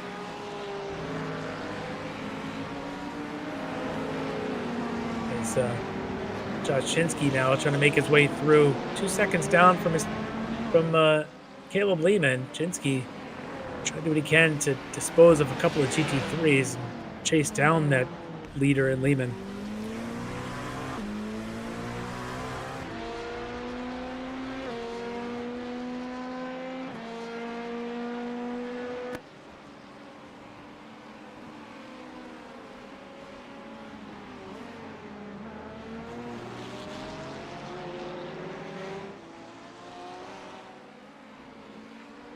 Right now, the SRT Esport team 1, 2, and 3 in LMP2 with Caleb Lehman, Josh Chinsky, and Kyle Strikers all flying the SRT Esport flag.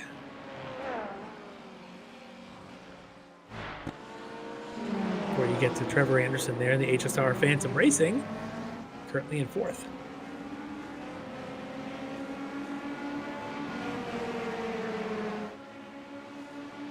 Jennifer McDonald continues to battle, chasing 7th place Keith Stein in front of her in another Corvette with Milan Harrison, one of the Acuras right behind. And this is kind of the battle within the battle. This is the battle for first non-Orion driver actually in the field. As right now the top 6 are all covered by Orion. 7th, 8th, and 9th are right here. Keith Stein from Rockefeller Racing, Jennifer McDonald in 8th, and then Milan Harris and the Rockefeller driving behind. So. Yeah, and I mean, when you call it the battle within the battle, I mean, you could see this group now is almost 15 seconds back from that bunch of all the Orion cars, the top 6 machines up at the front of the field. And well, you know what? It's the best of the rest. I'm going to mention Milan Harris. He was involved in that opening lap, turn 1, where he kind of got shuffled around. He's chased the back of that pack And now you can see as Mosley is right there, not far behind Harris, McDonald, and Stein. So that battle for 7th may turn into a 4-way battle. And you can see that Mustang. Yeah, there it is. Back It's of that coming. shot. As race leader, I think that's Ben Rose coming through. It's one of the DNA GTPs. Yeah, I think that's the 10 car.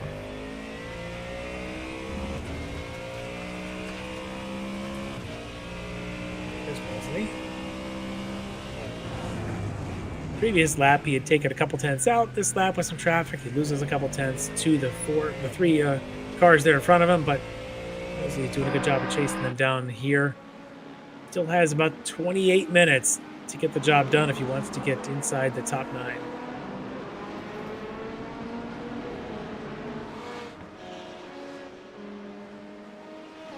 Well, here's a little battle. Trevor Anderson and Avon Dorsey. Yeah, and so Anderson, who had spent some time running 3rd tonight, has given up that position to Kyle Strikers. And so nice little battle now for just off the podium in 4th in the 2 Dolares.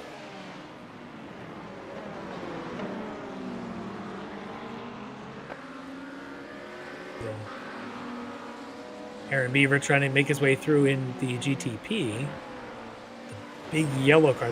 You see them side by side. They're definitely larger than the LMP2s. Yeah, quite a bit longer, and decent amount wider as well.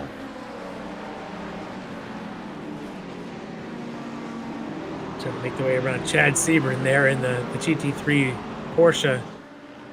Do what he can to stay out of the way of that group. Stay out of the wake. Yeah, you had the aero wash off of 2 LMP2s and 1 GTP. It's got to be a substantial amount of wind. Yes. And make it another one as Tanner Dibble goes on by. You always pick out that Porsche GTP.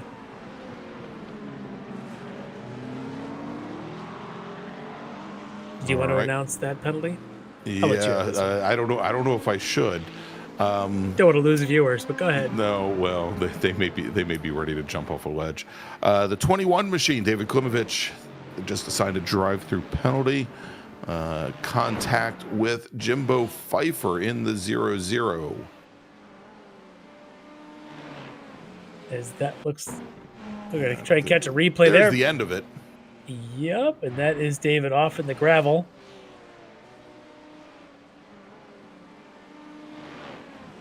Yeah, here we go, I think. Looks like the main front straightaway. Oh, He yeah. just missed his braking point. Yeah, tried to avoid him and ended up then clipping him. Yeah. That was unfortunate. He was having some good battles there with some drivers also in the AM category. So for David, he's got to recover, and while he's at it, serve a drive-through penalty. Yeah. He just didn't anticipate the braking point of the car in front of him, but rough way to go out as we flash back to this battle. Continuing, Trevor Anderson in 4th, Avon Dorsey in 5th, and the LMP2s. Doug Klimovich says he stops breathing every time. It's the last thing we want is to put anybody in cardiac arrest. Well, this is another one of the battles within the battles. This is Rob Hartley and Taj Edwards, currently 6th and 5th. Both teammates here in Orion Acuras. Edwards had his issues early in this race. He's kind of been on a bit of a recovery drive the whole night. Hartley just been hanging around. Yeah, I was going to say that, I mean, Hartley, especially early on, did not seem to have the pace of his Orion teammates.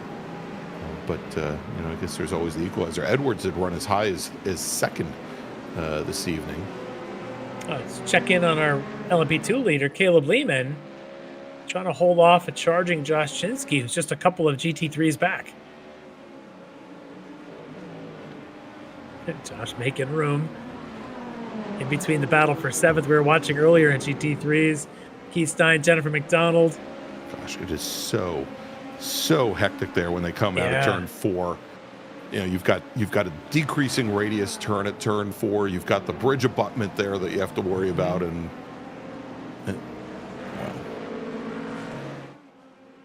let's check in, Larry, with our leader Ben Rose. we talked about the issues with pace that Bailey Petrowski was having previously, and where he seemed to find that pace again at about the top of the hour when we came back from break.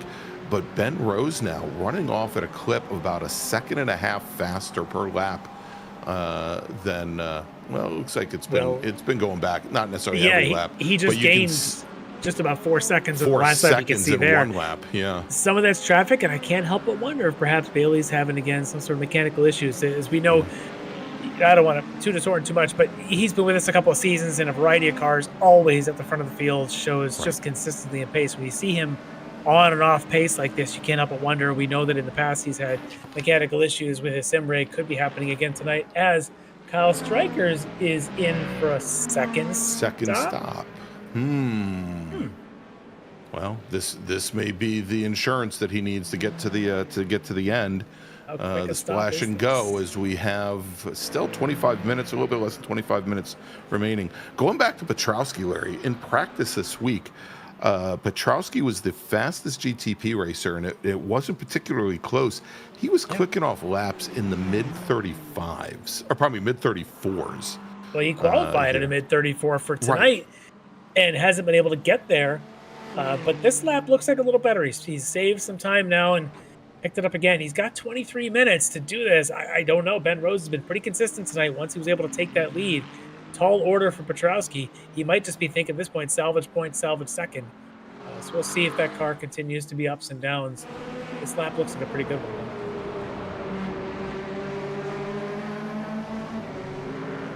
Battle continues. Jennifer now trying to make a move here, surrounded by Rockefeller Racing.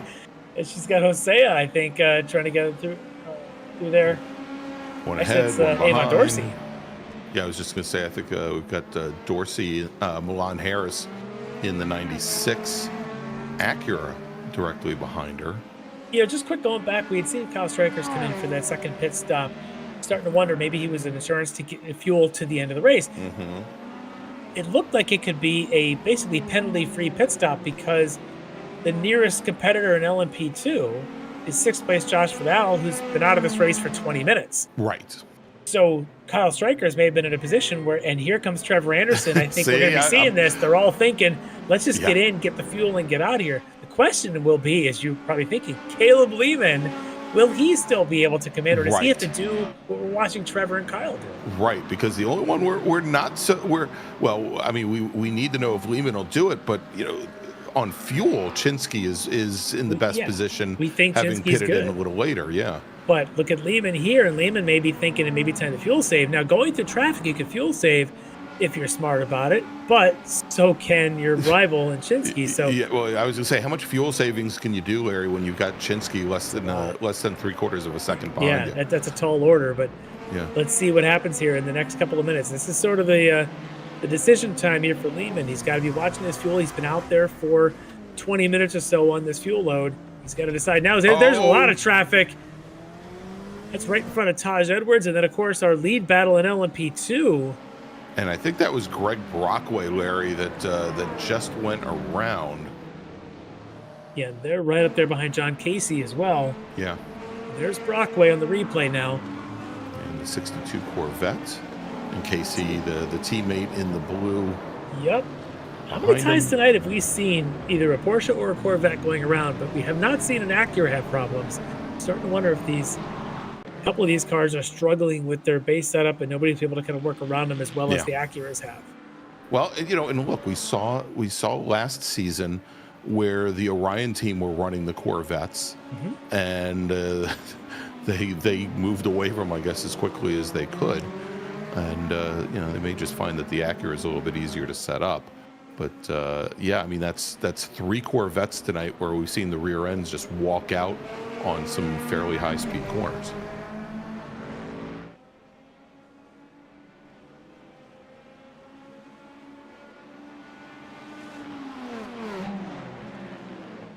This has been a pretty consistent battle throughout the last, 30 minutes or so. Keith Stein, Jennifer Montano, and Milan Harris. Mosley hasn't quite gotten there, but he's there, but almost.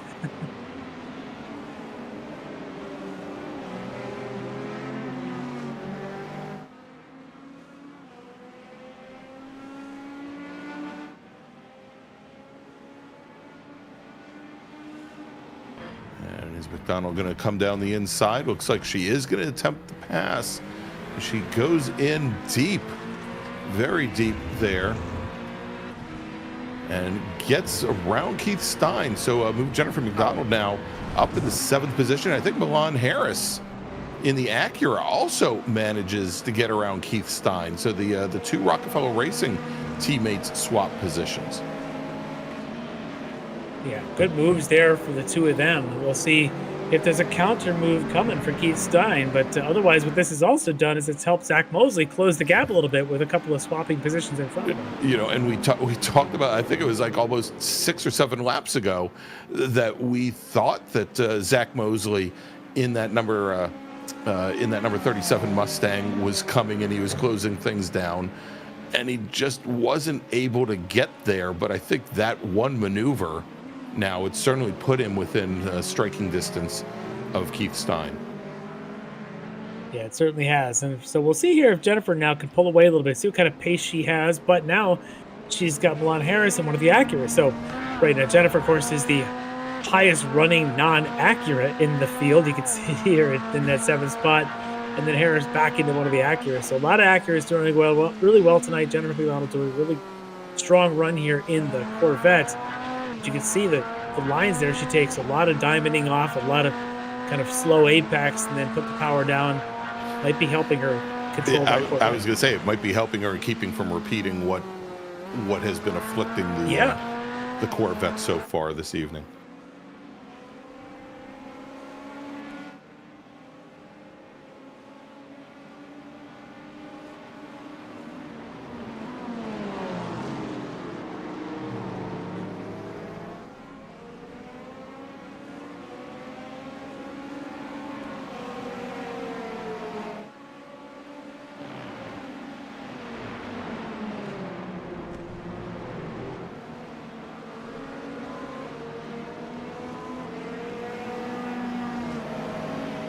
Daylight between themselves and Keith Stein.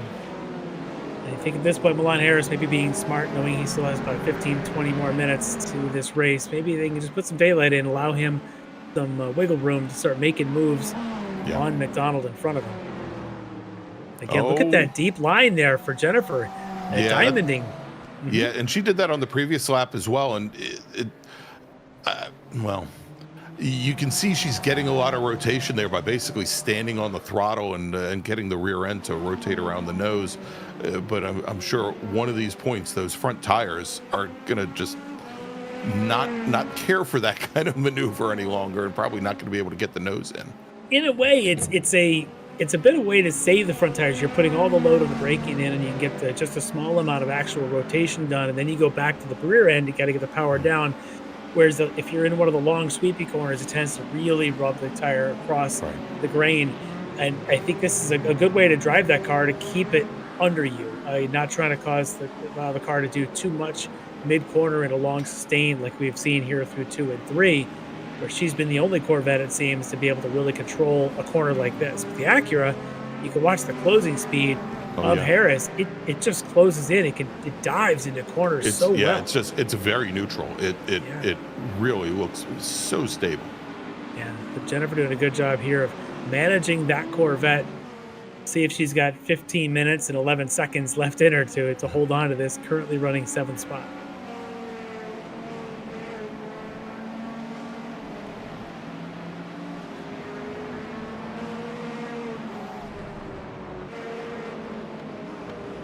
Also keeping an eye on the front of the field of GT3. Leo Tracoda has gotten that lead from Iwata down to just a 1.5 seconds. Is the closest he's been since before the pit stops. Look at that. Young Leo with the pace here, 75 minutes into a race, 15 minutes left. Can he make a run at his teammate? Takes another 10th out of the lead. One of the Dragotas is having a good night. The others, as we've seen, Lucas not so much. Yeah. All right, Aaron Beaver now bringing his Ferrari GTP car onto the pit lane. And it sounds as though he might have had some issues out on track, might be coming in to check for some repairs. Let's take a look and see what happened. Well, he's in one of the Invictus Temerario, of course, cars. He goes in, I believe this is turn 4, and it just doesn't turn. That's gravel. That's a wall, that's a bridge abutment. And that's a stop there in Beaver. Yeah. Maybe you wanted to go check out the oval. Not a good night there for Aaron. Checking out the Honda Collection Hall. Yeah. All right, so back to another battle. This is Alex Brown in a Corvette, Stacy Bertrand in a Mustang. This is the battle for 11th.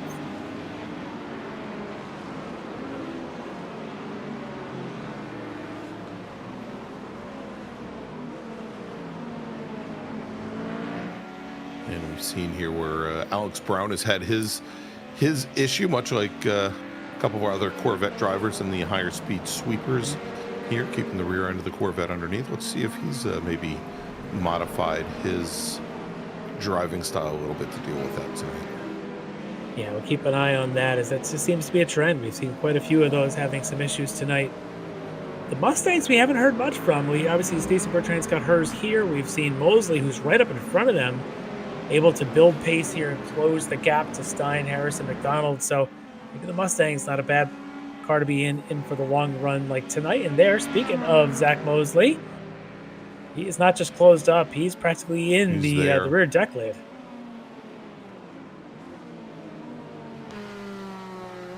Well, this is coming into 11. This is where we saw Jennifer McDonald make the pass on the Harris car earlier.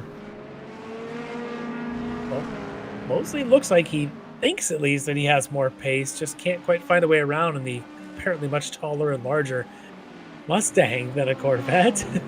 Maybe not wider, but it certainly taller. Yeah. And you can see there how deep Mosley took the Mustang going into the double apex or turn 1 and 2. And the apex, the first portion of turn 1 is kind of a throwaway. You want to set up for the second part so you can carry speed down towards 2 and 3. But how wide and how much ground he gives up just to get that Mustang to rotate. Yeah. Hey, we got a couple of battles looks like are forming here. You got Jordan Butler catching Dave Menetto, but you've got a battle in the LMP2 lead underway here. Chinsky is closed up on Caleb Lehman. Let's flash to that one, and there they are. And we thought that this would be coming at some point, Larry. Yeah. You know, we've already seen and a good portion of the LMP2 field come in for a second pit stop. The two outliers right now, well, Avon Dorsey hasn't either, but Caleb Lehman and Josh Chinsky. Chinsky has a bit of an advantage on fuel based on their first pit run, or their first stint, pardon me. We'll see here if Lehman's got enough left in the tank. If Caleb Lehman thought he had an issue with fuel and thought by chance he wasn't going to make it, he could have actually let Chinsky by, and Lehman could have then been behind him and maybe done more fuel saving. Well, fuel savings, decide to do that. It's too late to really try that move now, but we'll see in the end what happens here. Dave Menetto, who seems to be the one with the most action tonight, having served that drive-through penalty basically on the second lap of the race, 14 seconds back from Petrowski, but currently in third as he makes his way through traffic. Yeah, and there's Jordan Butler in the 72 machine, who also had a drive-through penalty tonight, Larry. He's right there as well with Dave Menetto. Yeah, this is a good little battle for the last step of the podium right now between Menetto and Butler. They're making their way past, I think it's Leo Dragota, second place in GT3, and that's close to contact. Leo's in a hot pursuit. He's not giving up anything. No, he's not, and Butler had to go and adjust his line, which just happened to take him about 3/4 of the way into the grass to get around young Leo. And Iwata's not going to give up anything either. He's going to make these GTPs take the wide line. Because that's just 1.6 seconds between Iwata and Dragota. All right, let's jump back to LMP2. 10 minutes to go. You know Caleb Lehman has exactly the understanding of his fuel load. He knows if he can make it or not. And at this point, it looks like he's going to commit to just finishing this way. The count is on.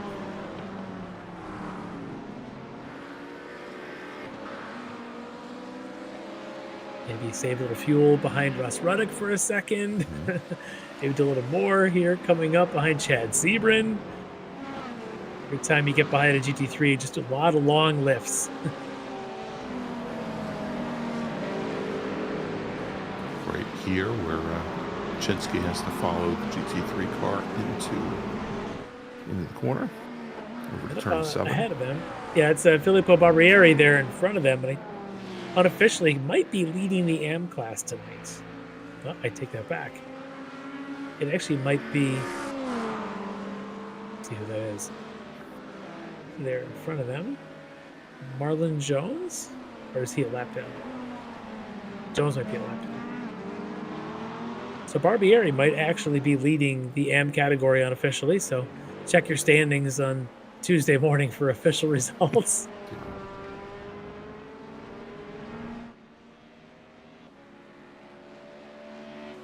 Here we go, 8 minutes to go. Lehman 1.3 seconds ahead of Chinsky. Rose in GTPs has got 7 seconds on Billy Petrowski. Iwata about a second and a half over Jagoda, GT3.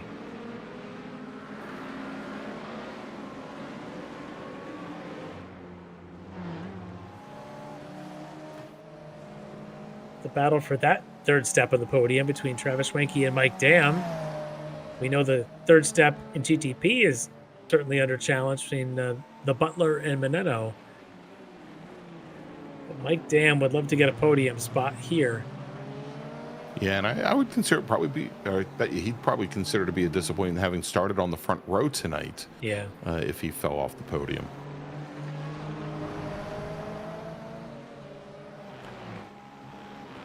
He's certainly in a position to make a move here with just his teammate Travis Schwenke in front of him. Travis has had his ups and downs tonight. He's hoping to finish on an up here. As speaking of downs, that's another shot of his David Klimovich going off in the background there through turn 1.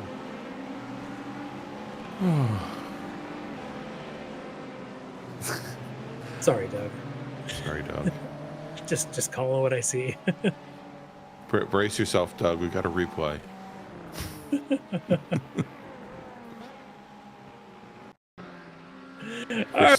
Christine, check on Doug.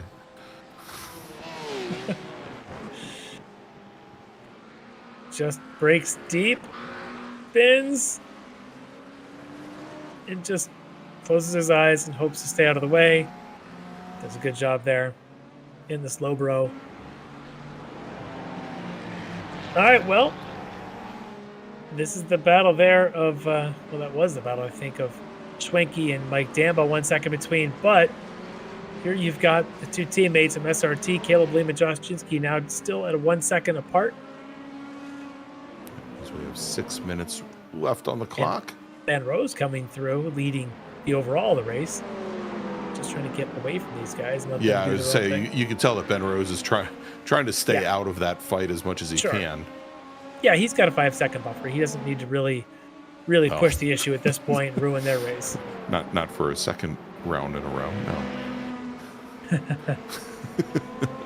Not going to bring that one back up. No. All right, so Chinsky now with that was able to use it maybe a little bit of the Ben Rose meandering through to get up underneath the rear deck of Caleb Lehman. So with 5 minutes to go, it is nose to tail in LMP2. How much fuel's on board for Caleb Lehman? Is it enough to do 3 laps? 4 laps? 2 laps?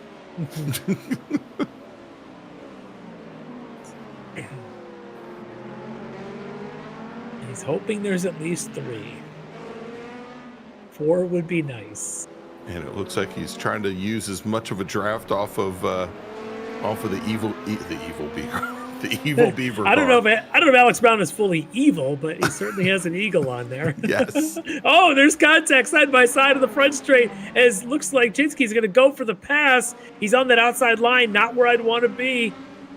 He's going to make it sick if he can. The other direction here at the end of this straight. But he can't get the power down, and it looks like Lehman again is able to hold the position going into 2, right behind Billy Petrowski, currently sitting in second, who, by the way, has closed the first place leader's gap to just 3 seconds. As everybody's trying to sideswipe Jennifer McDonald. Is that Jennifer No, it's one of the other that, Corvettes. yeah, that was John Casey. Yep. Wow, that little action there. Lehman and Chinsky. Lehman, good track position, staying on the inside at 1, gave much better power on the exit of 1, gave the run up to 2. This section here, it's hard to pass. A lot of these floating corners through 7, 8, the tighter one at 9 coming up, and more traffic ahead. And that's the battle for 10th and 9th, I believe. Yeah, that's Stein, Harris, and look at that, as the Mustang has gotten around both of the Rockefeller cars. And look at this. He's going to push the issue. Is Lehman. Doesn't want to get stuck behind the Acura. Milan Harris gets a bit of daylight. Now he's got to get inside of Zach Mosley before they get down to 11. I don't think he can stick Chinsky in there, though. But they both get through. And so, Larry, as they're coming through, again, big changes in that second pack in GT3. As we mentioned, Zach Mosley getting around the 2 Rockefeller racers of Milan Harris and Acura Keith Stein in the Corvette. But through all of that, Jennifer McDonald now has managed to clear, I think, almost 3 seconds, and she's almost 4 in seconds. Front of the battle, and there goes Chinsky off. He had just made the pass. It looked like he was going to make it stick, and he missed the breaking point going to 1, and he's going to fall way back now of Caleb Lehman. We made a replay of that, because watch the 2. Look at the run that Chinsky gets on the front straight here. Gets a little bit of the draft. Lehman defends to the inside. Chinsky's going to pop out. He has the full pass. He is all the way through, except there's a breaking point that's about 20 feet back from where he wanted it to be. And so, Larry, as we just had Avon Dorsey pit in from 3rd in LMP3, with Chinsky going off track, I'm starting to and now with what almost 3 seconds separating Chinsky from Lehman. Lehman can do at least a little bit of fuel savings here if there is a question as to whether or not he'd have to get to the end. He may be asking Ben Rose to just time it right to not give the extra lap, but we'll see if this probably won't be, or maybe this could be. White flag coming up for Ben Rose as he goes to turn 11. Yeah, I think this is going to be white flag, Larry, because we've got less. If you're Caleb Lehman, you're hoping it is. Well, we've got less than a minute and a half on the clock now, so okay. He'd have to turn in one heck of a flyer. Yep, there you go. White flag in the air. One more lap for Ben Rose. And 1 lap for Caleb Lehman and his potential fuel-saving strategy that he's facing. So for Ben Rose, though, his lead has been dwindled down to just 2.7. There's Petrowski. Look at that. I don't know that he's going to have enough without some help. Larry, I think that Petrowski might be trying to get that car to head to the end. He just turned in almost his fastest lap, but it looked like he was losing pace to Rose on that run out of turn 1, heading down towards turn 2. We'll see here if he does have anything for him. Well, he's hovering at about 2.5 seconds back. Rose has pretty clear track, at least for the first 2/3 of this lap, so it may not be enough for Petrowski. There is Rose. You can see them just a couple of corners apart. Here comes some traffic, and I think that's the leaders in GT3, or at least that's the battle. And that's a deep, deep run there for Ben Rose. That's going to hurt. Petrowski is going to be on his tail by the time they get up to turn 10. With GT3s in front, that's Mike Dam, that's Travis Schwenke. Those teammates are battling for podium. They're not going to give this up. They might even be side by side, maybe not. 3 more corners to go. All right, as they come out of the hairpin over at turn 10, come down the hill. Going to be a hard break into turn 11 with the 90-degree right-hander coming under the bridge. Petrowski running a little wide. Yeah, there's Wedderburn in front of them with just a corner and a half here through the chicane. This is going to be close. What kind of run can Petrowski get? What kind of run can Rose get? And Petrowski's right there, but I don't think it's going to be enough, Larry. As they come down the front straight, Petrowski just gets back in line and taking the win in round number 3 here at Twin Ring Motegi in GTP. It's Ben Rose. And now coming up the hill through 12, 13, and 14 and onto the front straight, Caleb Lehman, he takes the win here tonight in LMP2. What a win for Lehman. It's a gutsy early pit stop, ends up paying off. Now this is still, I believe, the battle in GT3. Iwata and Dragota, the teammates, they're again down to just a couple of corners to go. Dragota has closed up. I don't know Wada's just timing his fuel load to the end. But they're going to be awfully close when they get here. All right, looks here like as they turn head 9. up the hill. Yep. These are still the S's. They haven't even gotten to 9. That Yeah, was they 7 haven't and even 8. gotten to the hairpin yet. Yeah. Yeah, so they're coming through turn 9 right here, which is the first of the 2 linked hairpins. And that's where Rose had his locking up moment there deep on those marbles. Iwata gets through, but Jagoda gets through better. They go through the hairpin here at 10. One more time. We'll see if Iwata can get the power down. Jagoda looks like could go 10 more rounds the way he's driving here the last couple minutes. All right, in GTP, Petrowski finishing second, Meneno taking the bronze in LMP2, Chinsky finishing second, Trevor Anderson finishing in third, as this is the battle for the lead and the win in GT3 as they come through 12, 13, and 14. Akira Iwata, who is your pole sitter this evening here at Twin Ring Motegi, he's going to go the distance. He's going to take the win in his Orion Acura. Teammate Leo Dragotta will finish in second. We already saw Travis Schwenke beat out Mike Dam to come home in third. So it's an Orion sweep here in GT3. Wow, exciting battles up and down in the GT3s, LMP2s, and even in the GTPs, right down to the last corner. That was some amazing stuff, and looks like we're going to get to talk to Ben Rose twice tonight, aren't we? I think we are, and he's not going to be upset with us either when he does. He may have some splaining to do, as they say. I think he may. All right, let's take a quick break, pay some bills. We'll be back here in just a few moments. We'll talk to our winners tonight from the Twin Ring Motegi, where you've just seen round number 3 of the Extreme Motorsports Ricmotech World Challenge here on Apex Racing TV. The SCCA Foundation is a 501c3 organization serving as the charitable arm of the Sports Car Club of America. One of the programs partially funded by the foundation is the SCCA Academy, an online learning management system used to keep real-life racing track officials up to date on the highest standards of race safety and officiating. Through this program, the SCCA Foundation is supporting the future of the best-trained corner workers and event officials in motorsport. You can support these efforts at www.sccafoundation.org. Ricmotech, high-performance sim racing equipment. Whether you're just looking to have fun, train for race day, or become a serious esports competitor, Ricmotech has you covered. Hundreds of name-brand parts.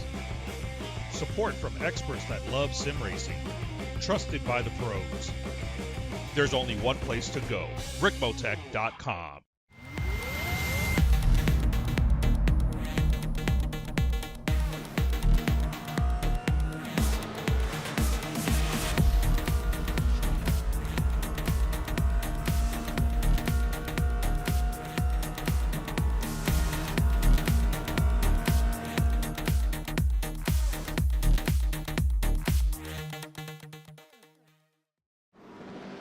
The search is over. The most comprehensive league scoring solution is here, with the ability for multi-level championships, custom incident tracking, post-race time penalties, support for heats, drop weeks display, multi-car team scoring, advanced web widgets, rookie championships, a custom paint system, and load those results in seconds. Visit extremescoring.info today. Ricmotech, high-performance sim racing equipment.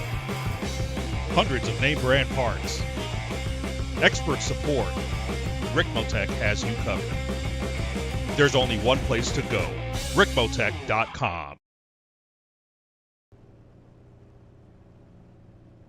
Welcome back to Twin Ring Motegi, everybody, where you've just seen round number 3 of the Extreme Motorsports Ricmotech World Challenge. I'm Greg Ginsburg. He's Larry Lefty McLeod. And these are our winners. Ben Rose from DNA Motorsports taking the win over Bailey Petrowski in GTP, with Dave Meneno from SRT Esport. Both he and Dave Butler, great runs from the back of the field after taking early drive-through penalties. In LMP2, Caleb Lehman from SRT Esport taking the win over his teammate Josh Chinsky.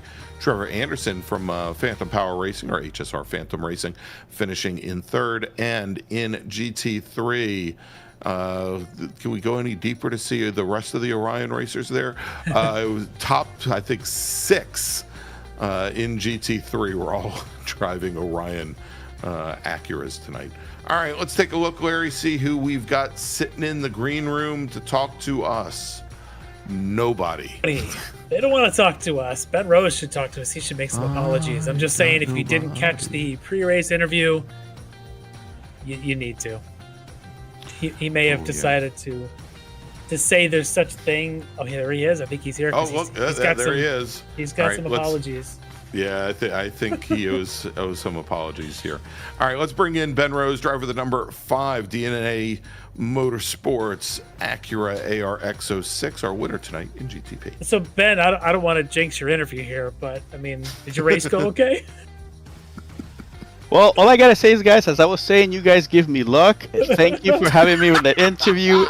Next week, I'm gonna come in before the scheduled interview, so you can give me that luck, and I take it away from the other person. That's so, right. Wait for me to be in here before the You're gonna be asking the admins to make you the pre-race interview every single week. Yes. I'm just gonna come say hi. Let's have a great race, and I'm gone. Well, awesome race tonight. Early on, like you had said, the Acuras get off to a bit of a slow start. That was the case. Came totally true. But then you closed up. Not sure what was going on with Petrowski, but you managed to get around him and just keep going. Consistency seemed to pay off for you tonight. Till the last couple laps, what was going on there at the end? Were you just sort of being conservative and kind of missing a couple spots, losing that lead? I was looking at the 2 GT3s. I can't remember the turn, and I just braked a little bit too late and a little too hard, and I locked up. And then I just went over the marbles. And I was thinking, well, there's the curse. The last quarter of the lap. But, I managed to get back. I believe I had still a 2-second gap. And then on the last S's, I caught a GT3, and I thought, I don't know, this is going to be really close because he can easily pull next to me, and the Ferrari has the grunt, the low speed compared to the Acura, as you saw and I mentioned at the start. But apparently the traction control actually affected him coming out, and he lost basically, I guess he kind of got a bit of a wiggle due to the traction, and he wasn't able to get next to me. So it was a pretty close race. I mean, 0.1 to second place. I'd say that's a great finish. With passing him, I got lucky. I managed to kind of get a G3 between us, and as I was passing him, there was another one right before the apex. So I basically got next to the GT3, and Bailey had no other option but to stay either behind me or the GT3. But I believe he tried to get kind of a run out, so he stayed behind the GT3. But I guess the GT3 kind of was a bit slower with the exit, and he kind of had to check a little bit. And that's when I passed him, and thankfully traffic was good to me after that, and it was kind of bad on him because at one point I believe I had an 8-second gap. Yeah, there was a lot of traffic and a lot of things going on tonight, but that really is where it pays off to be consistent through the field. And you seem to be that. We were watching that lead go from 3 seconds to 8 seconds, back to 2 or 3 seconds, back to 7 seconds, and at the end, less than a tenth, or about a tenth and a half there at the stripe for you. But what this means, if we look at the points when they do get updated, it's going to be interesting. And now we've got 3 rounds in, 3 different winners. You become the third of those 3. Bailey doesn't have a win yet. He's probably going to be second or third in the points coming out of tonight.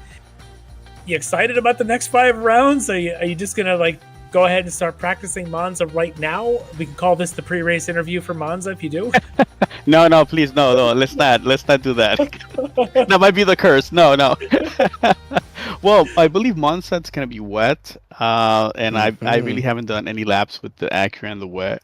But I believe the Caddy and the Ferrari will be the strongest cars on the track due to the BOP change, especially with the long straights. So the best I can do is just try to get a clean race and hope for at least a podium finish.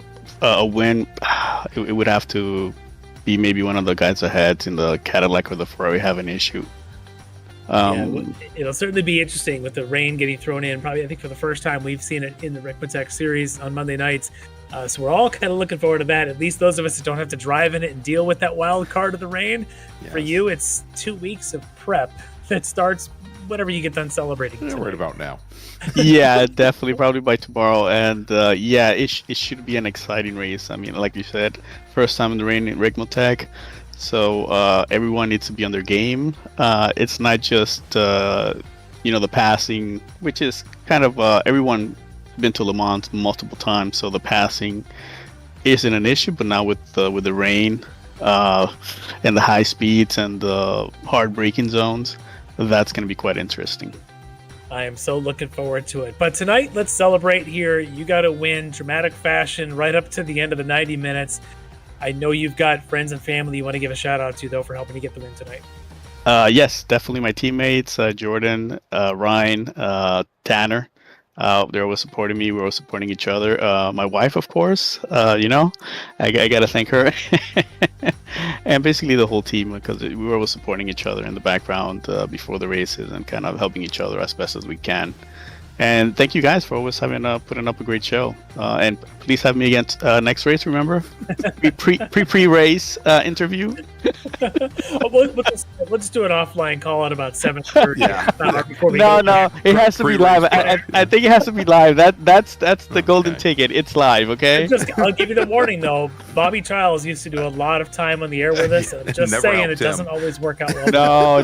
No. But Bobby has that luck on him. It's like Tala de Ganais. Don't you put that on me, Ricky Bobby? No. Bobby can stay with that, and I'll get your guys new luck. All right. Well, you get to celebrate tonight. Well-earned victory. We hit the refresh of the points. You are now first place in the points. DNA Motorsports, your winner here tonight, Ben Rose. Congrats. Thank you, guys. Thank you, everyone. Have a good night. All right, there you go. Thanks, Ben. And yeah, so in GTP, after 3 rounds now, Ben Rose, your championship leader, 189 points, 5 points up on Bailey Petrowski, who has got just a single point on Dave Meneno, with Jordan Butler sitting now 4th in the championship. All right, let's move over to GT3, Larry, and we are going to bring in our now 3-time winner, 3 rounds in the World Challenge, 3 wins from Orion Racing. It's Akira Iwata. Ohio gozaimasu, Akira Iwata-san. You had a good morning again today. Yep, exactly. 3 weeks in a row. This time the track that's in your home country. Did you feel at home racing on this track? And do you think there was any advantage for you? Yeah, to be honest, at the beginning of the women's session, the pace wasn't quite there, so I had to really build up the speed, try to compete with strong rivals like our teammate Leo, Mike, and other people. And then as soon after the long preparation, that I was able to getting up to the speed, making a rhythm. So yeah, it wasn't a really easy job, but yeah, I'm glad that I finished it in this place. Yeah, very strong finish, and as you say, your teammates they push you to be so fast. Leo Dragota, Mike Dam, Travis Schwenke, all of them, even Taj Edwards. Very strong showing tonight from the team, and congratulations to you. 3 wins in a row. So congratulations. Do you want to thank anyone for helping you? Yeah. As always, thanks for giving me an opportunity to be here. And then, as always, it's such a nice series, having the master class fighting with a lot of people, and yeah, it's really good. So I'm really looking forward to fighting for the weeks. All right, well, congratulations again. 3 wins in a row here for Akira Iwata. Congratulations. Thank you. ありがとうございます。 All right, Larry, that leaves one more person to talk to, and I think probably the toughest fought race of the evening. Yeah. LMP2. But real quick, let's take a look at the point standings in GT3, and we'll give you the Pro and Am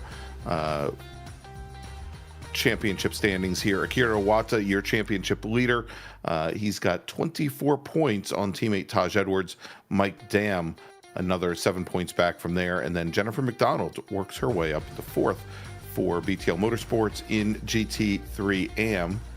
It's Filippo Barberi. And Larry, if we want, I think Barberi might be sitting in the green room, that we can probably bring him in if we have some time.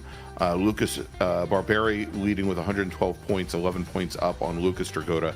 Dan Carrillo 3rd with Chuck Lobano 4th. All right, let's do this. Let's bring in. Actually, do you want to bring in Barberi? Yeah, let's get him in for a second, then we'll get Caleb in. Caleb's going to be an interesting way to close the night. Exactly, I think so. All right, so let's bring in Filippo Barberi, driver from Speed Lab in the McLaren 720S, currently your championship leader, and your winner tonight in GT3 Am. All right, Filippo, but normally we don't have on the screen any of the standings in the Am category, but we believe tonight you are the winner of GT3 Am, and he just left. Okay. Some people are just so bashful, Larry. He's shy. He needs to go talk to Ben Rose. We're gonna try one more time. I'm gonna bring him in, and if he jumps out, we go over to Caleb. Sorry about that, guys. Yeah. No worries. First time, a little nervous. I thought you got a little shy there. It might be the last time, man. Make it right. Don't be intimidated by Greg. But a good run tonight. We're looking at the point standings. It's going to be super close once those are updated. But great race for you tonight. How'd that feel from your side? A little stressful, honestly. I mean, it was really close. I think it was second place. I think his name was Chad. I'm not sure, but it was, after pitting, I think we're like the entire second half of the race, like within a second of each other. They try to manage traffic, and not lose time when the GTPs were passing us, and trying to just stay consistent. But obviously it created a little bit of a so gap would go from 1 second to 2 seconds, and it's like, man, like when is it going to be over? How many more laps? But it was great. Are you able to track where your rivals are at the time, or do you just have to kind of know who's who? Because obviously it looks like everyone's just in GT3, but do you know who's in AM? No, I do. I do a lot of narrow work when it comes to dual tasking, so I have a separate screen. I can just kind of keep my eye on it the whole time. You have live points too. Yeah. So I'm a neuroscientist, so I'm a nerd. So wow. I don't really win on talent. I win on basically just being a nerd. Well, it takes talent to be able to win in any category here, and you've got some tough rivals there. Obviously tonight with Lucas Dragotta had a bit of issues fall to him. I think a few others may have had some moments there. Dan Carrillo had his, but for you to be able to come on top and stay ahead of folks like Sebring and the others, that still says you got some talent there. It's not just your neuroscience geeking coming out.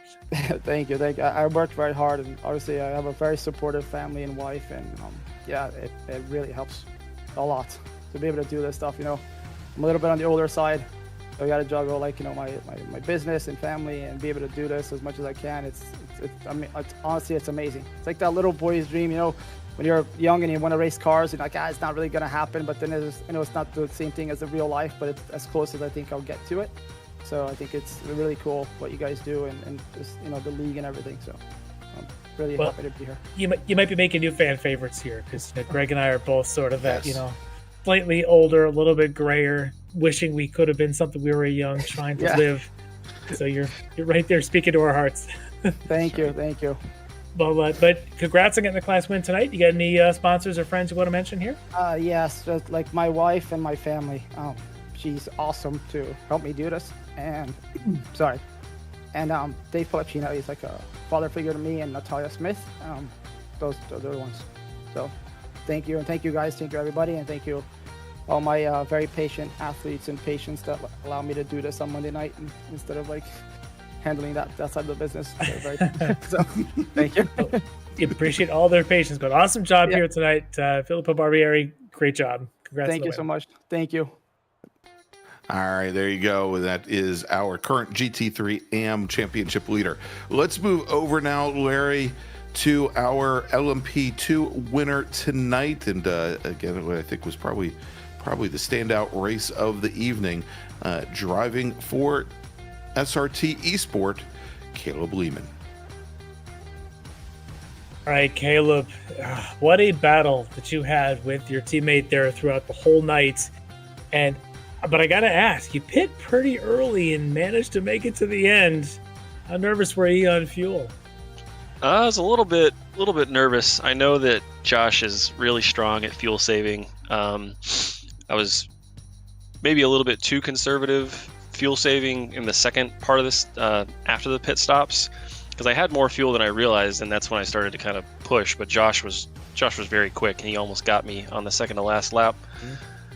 It was unfortunate we had a little bit of contact. I think it was just hard racing. Luckily, he didn't spin out and was able to stay in second, but not really the way I wanted to have it end.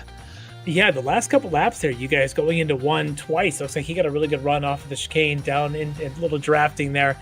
The first time, looked like maybe he was going to be able to be on your left going into two, but you held him off. The second time, though, you're saying we didn't see the contact. It looked like maybe just a bit of a breaking point over judgment on him, but such close racing. Yeah, it was very close. He got a much better exit out of the chicane, and I went really defensive, but I think it was just a misjudgment, maybe 50-50 on both of us, the little touch, but happy to have the win. Yeah, for sure. That was a lot of fun to watch, as well as the drama with the potential fuel issue. We had a lot of fun with that. But great battle between yourself and Josh and really the whole group there. Even from the drop of the green flag, you guys did such good racing even for the first half an hour. It seemed the train of you guys was a ton of fun to watch. But amazing way the season's going, and it's not going to get any closer. As you can't get any closer the way it's been, but we've got a couple exciting races coming up. But for you can savor the win tonight, but I know you've got teammates and you got family and friends you want to thank. Yeah, definitely shout out to my teammates at SRT. Every week we make each other better. I learn so much from them, and Josh and I push each other. It's been a lot of fun. My family that tunes in occasionally, and then my wife Rachel for supporting me, let me do this crazy hobby, but I love it. Yeah, it's a ton of fun to watch as well, so hopefully they're as entertained as Greg and I have been the last couple weeks. But looking forward to the next one, as we'll be at Monza in a couple weeks. Tonight, here at the Spin Motegi, you can celebrate victory. Caleb Lehman and the SRT Esport. Congrats. Thanks a lot, guys. Have a good night. All right, there you go. Congratulations to Caleb.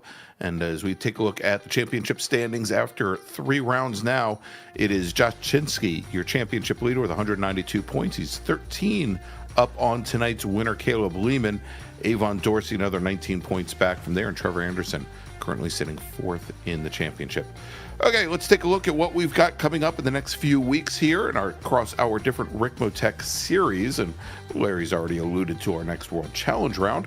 But next Monday night, February 17th, the Mini Mite Sports Car Challenge for our GT4 and LMP3 racers is going to be heading down to the Gold Coast to Phillip Island for a 60-minute race. And then in 2 weeks, February 24th, it is the World Challenge. It is Monza for a 75-minute run to the checkered flag. And then 3 weeks from tonight, Monday night, March 3rd, the Mini Mite Sports Car Challenge. I don't want to call this the Long Beach Grand Prix. We'll call this the Long Beach Minor Prix, Larry, as they will be at Long Beach for twin 35-minute sprint races, the second of 2 evenings on the schedule with the twin 35-minute races. That'll be a fun one. It should definitely be fun. We always have fun watching the prototype cars try to get around the final hairpin and get onto the front straight. Yep. All right, so that is what we got coming up. I want to thank, of course, Jonathan Grabowski, Director Supreme there behind all the controls, giving you all the great views of tonight's action. And so for Larry Lefty McLeod, I'm Greg Ginsburg, and we'll see you next Monday night, 8:10 p.m. Eastern Time. Have a great week, everybody. Ricmotech, high-performance sim racing equipment.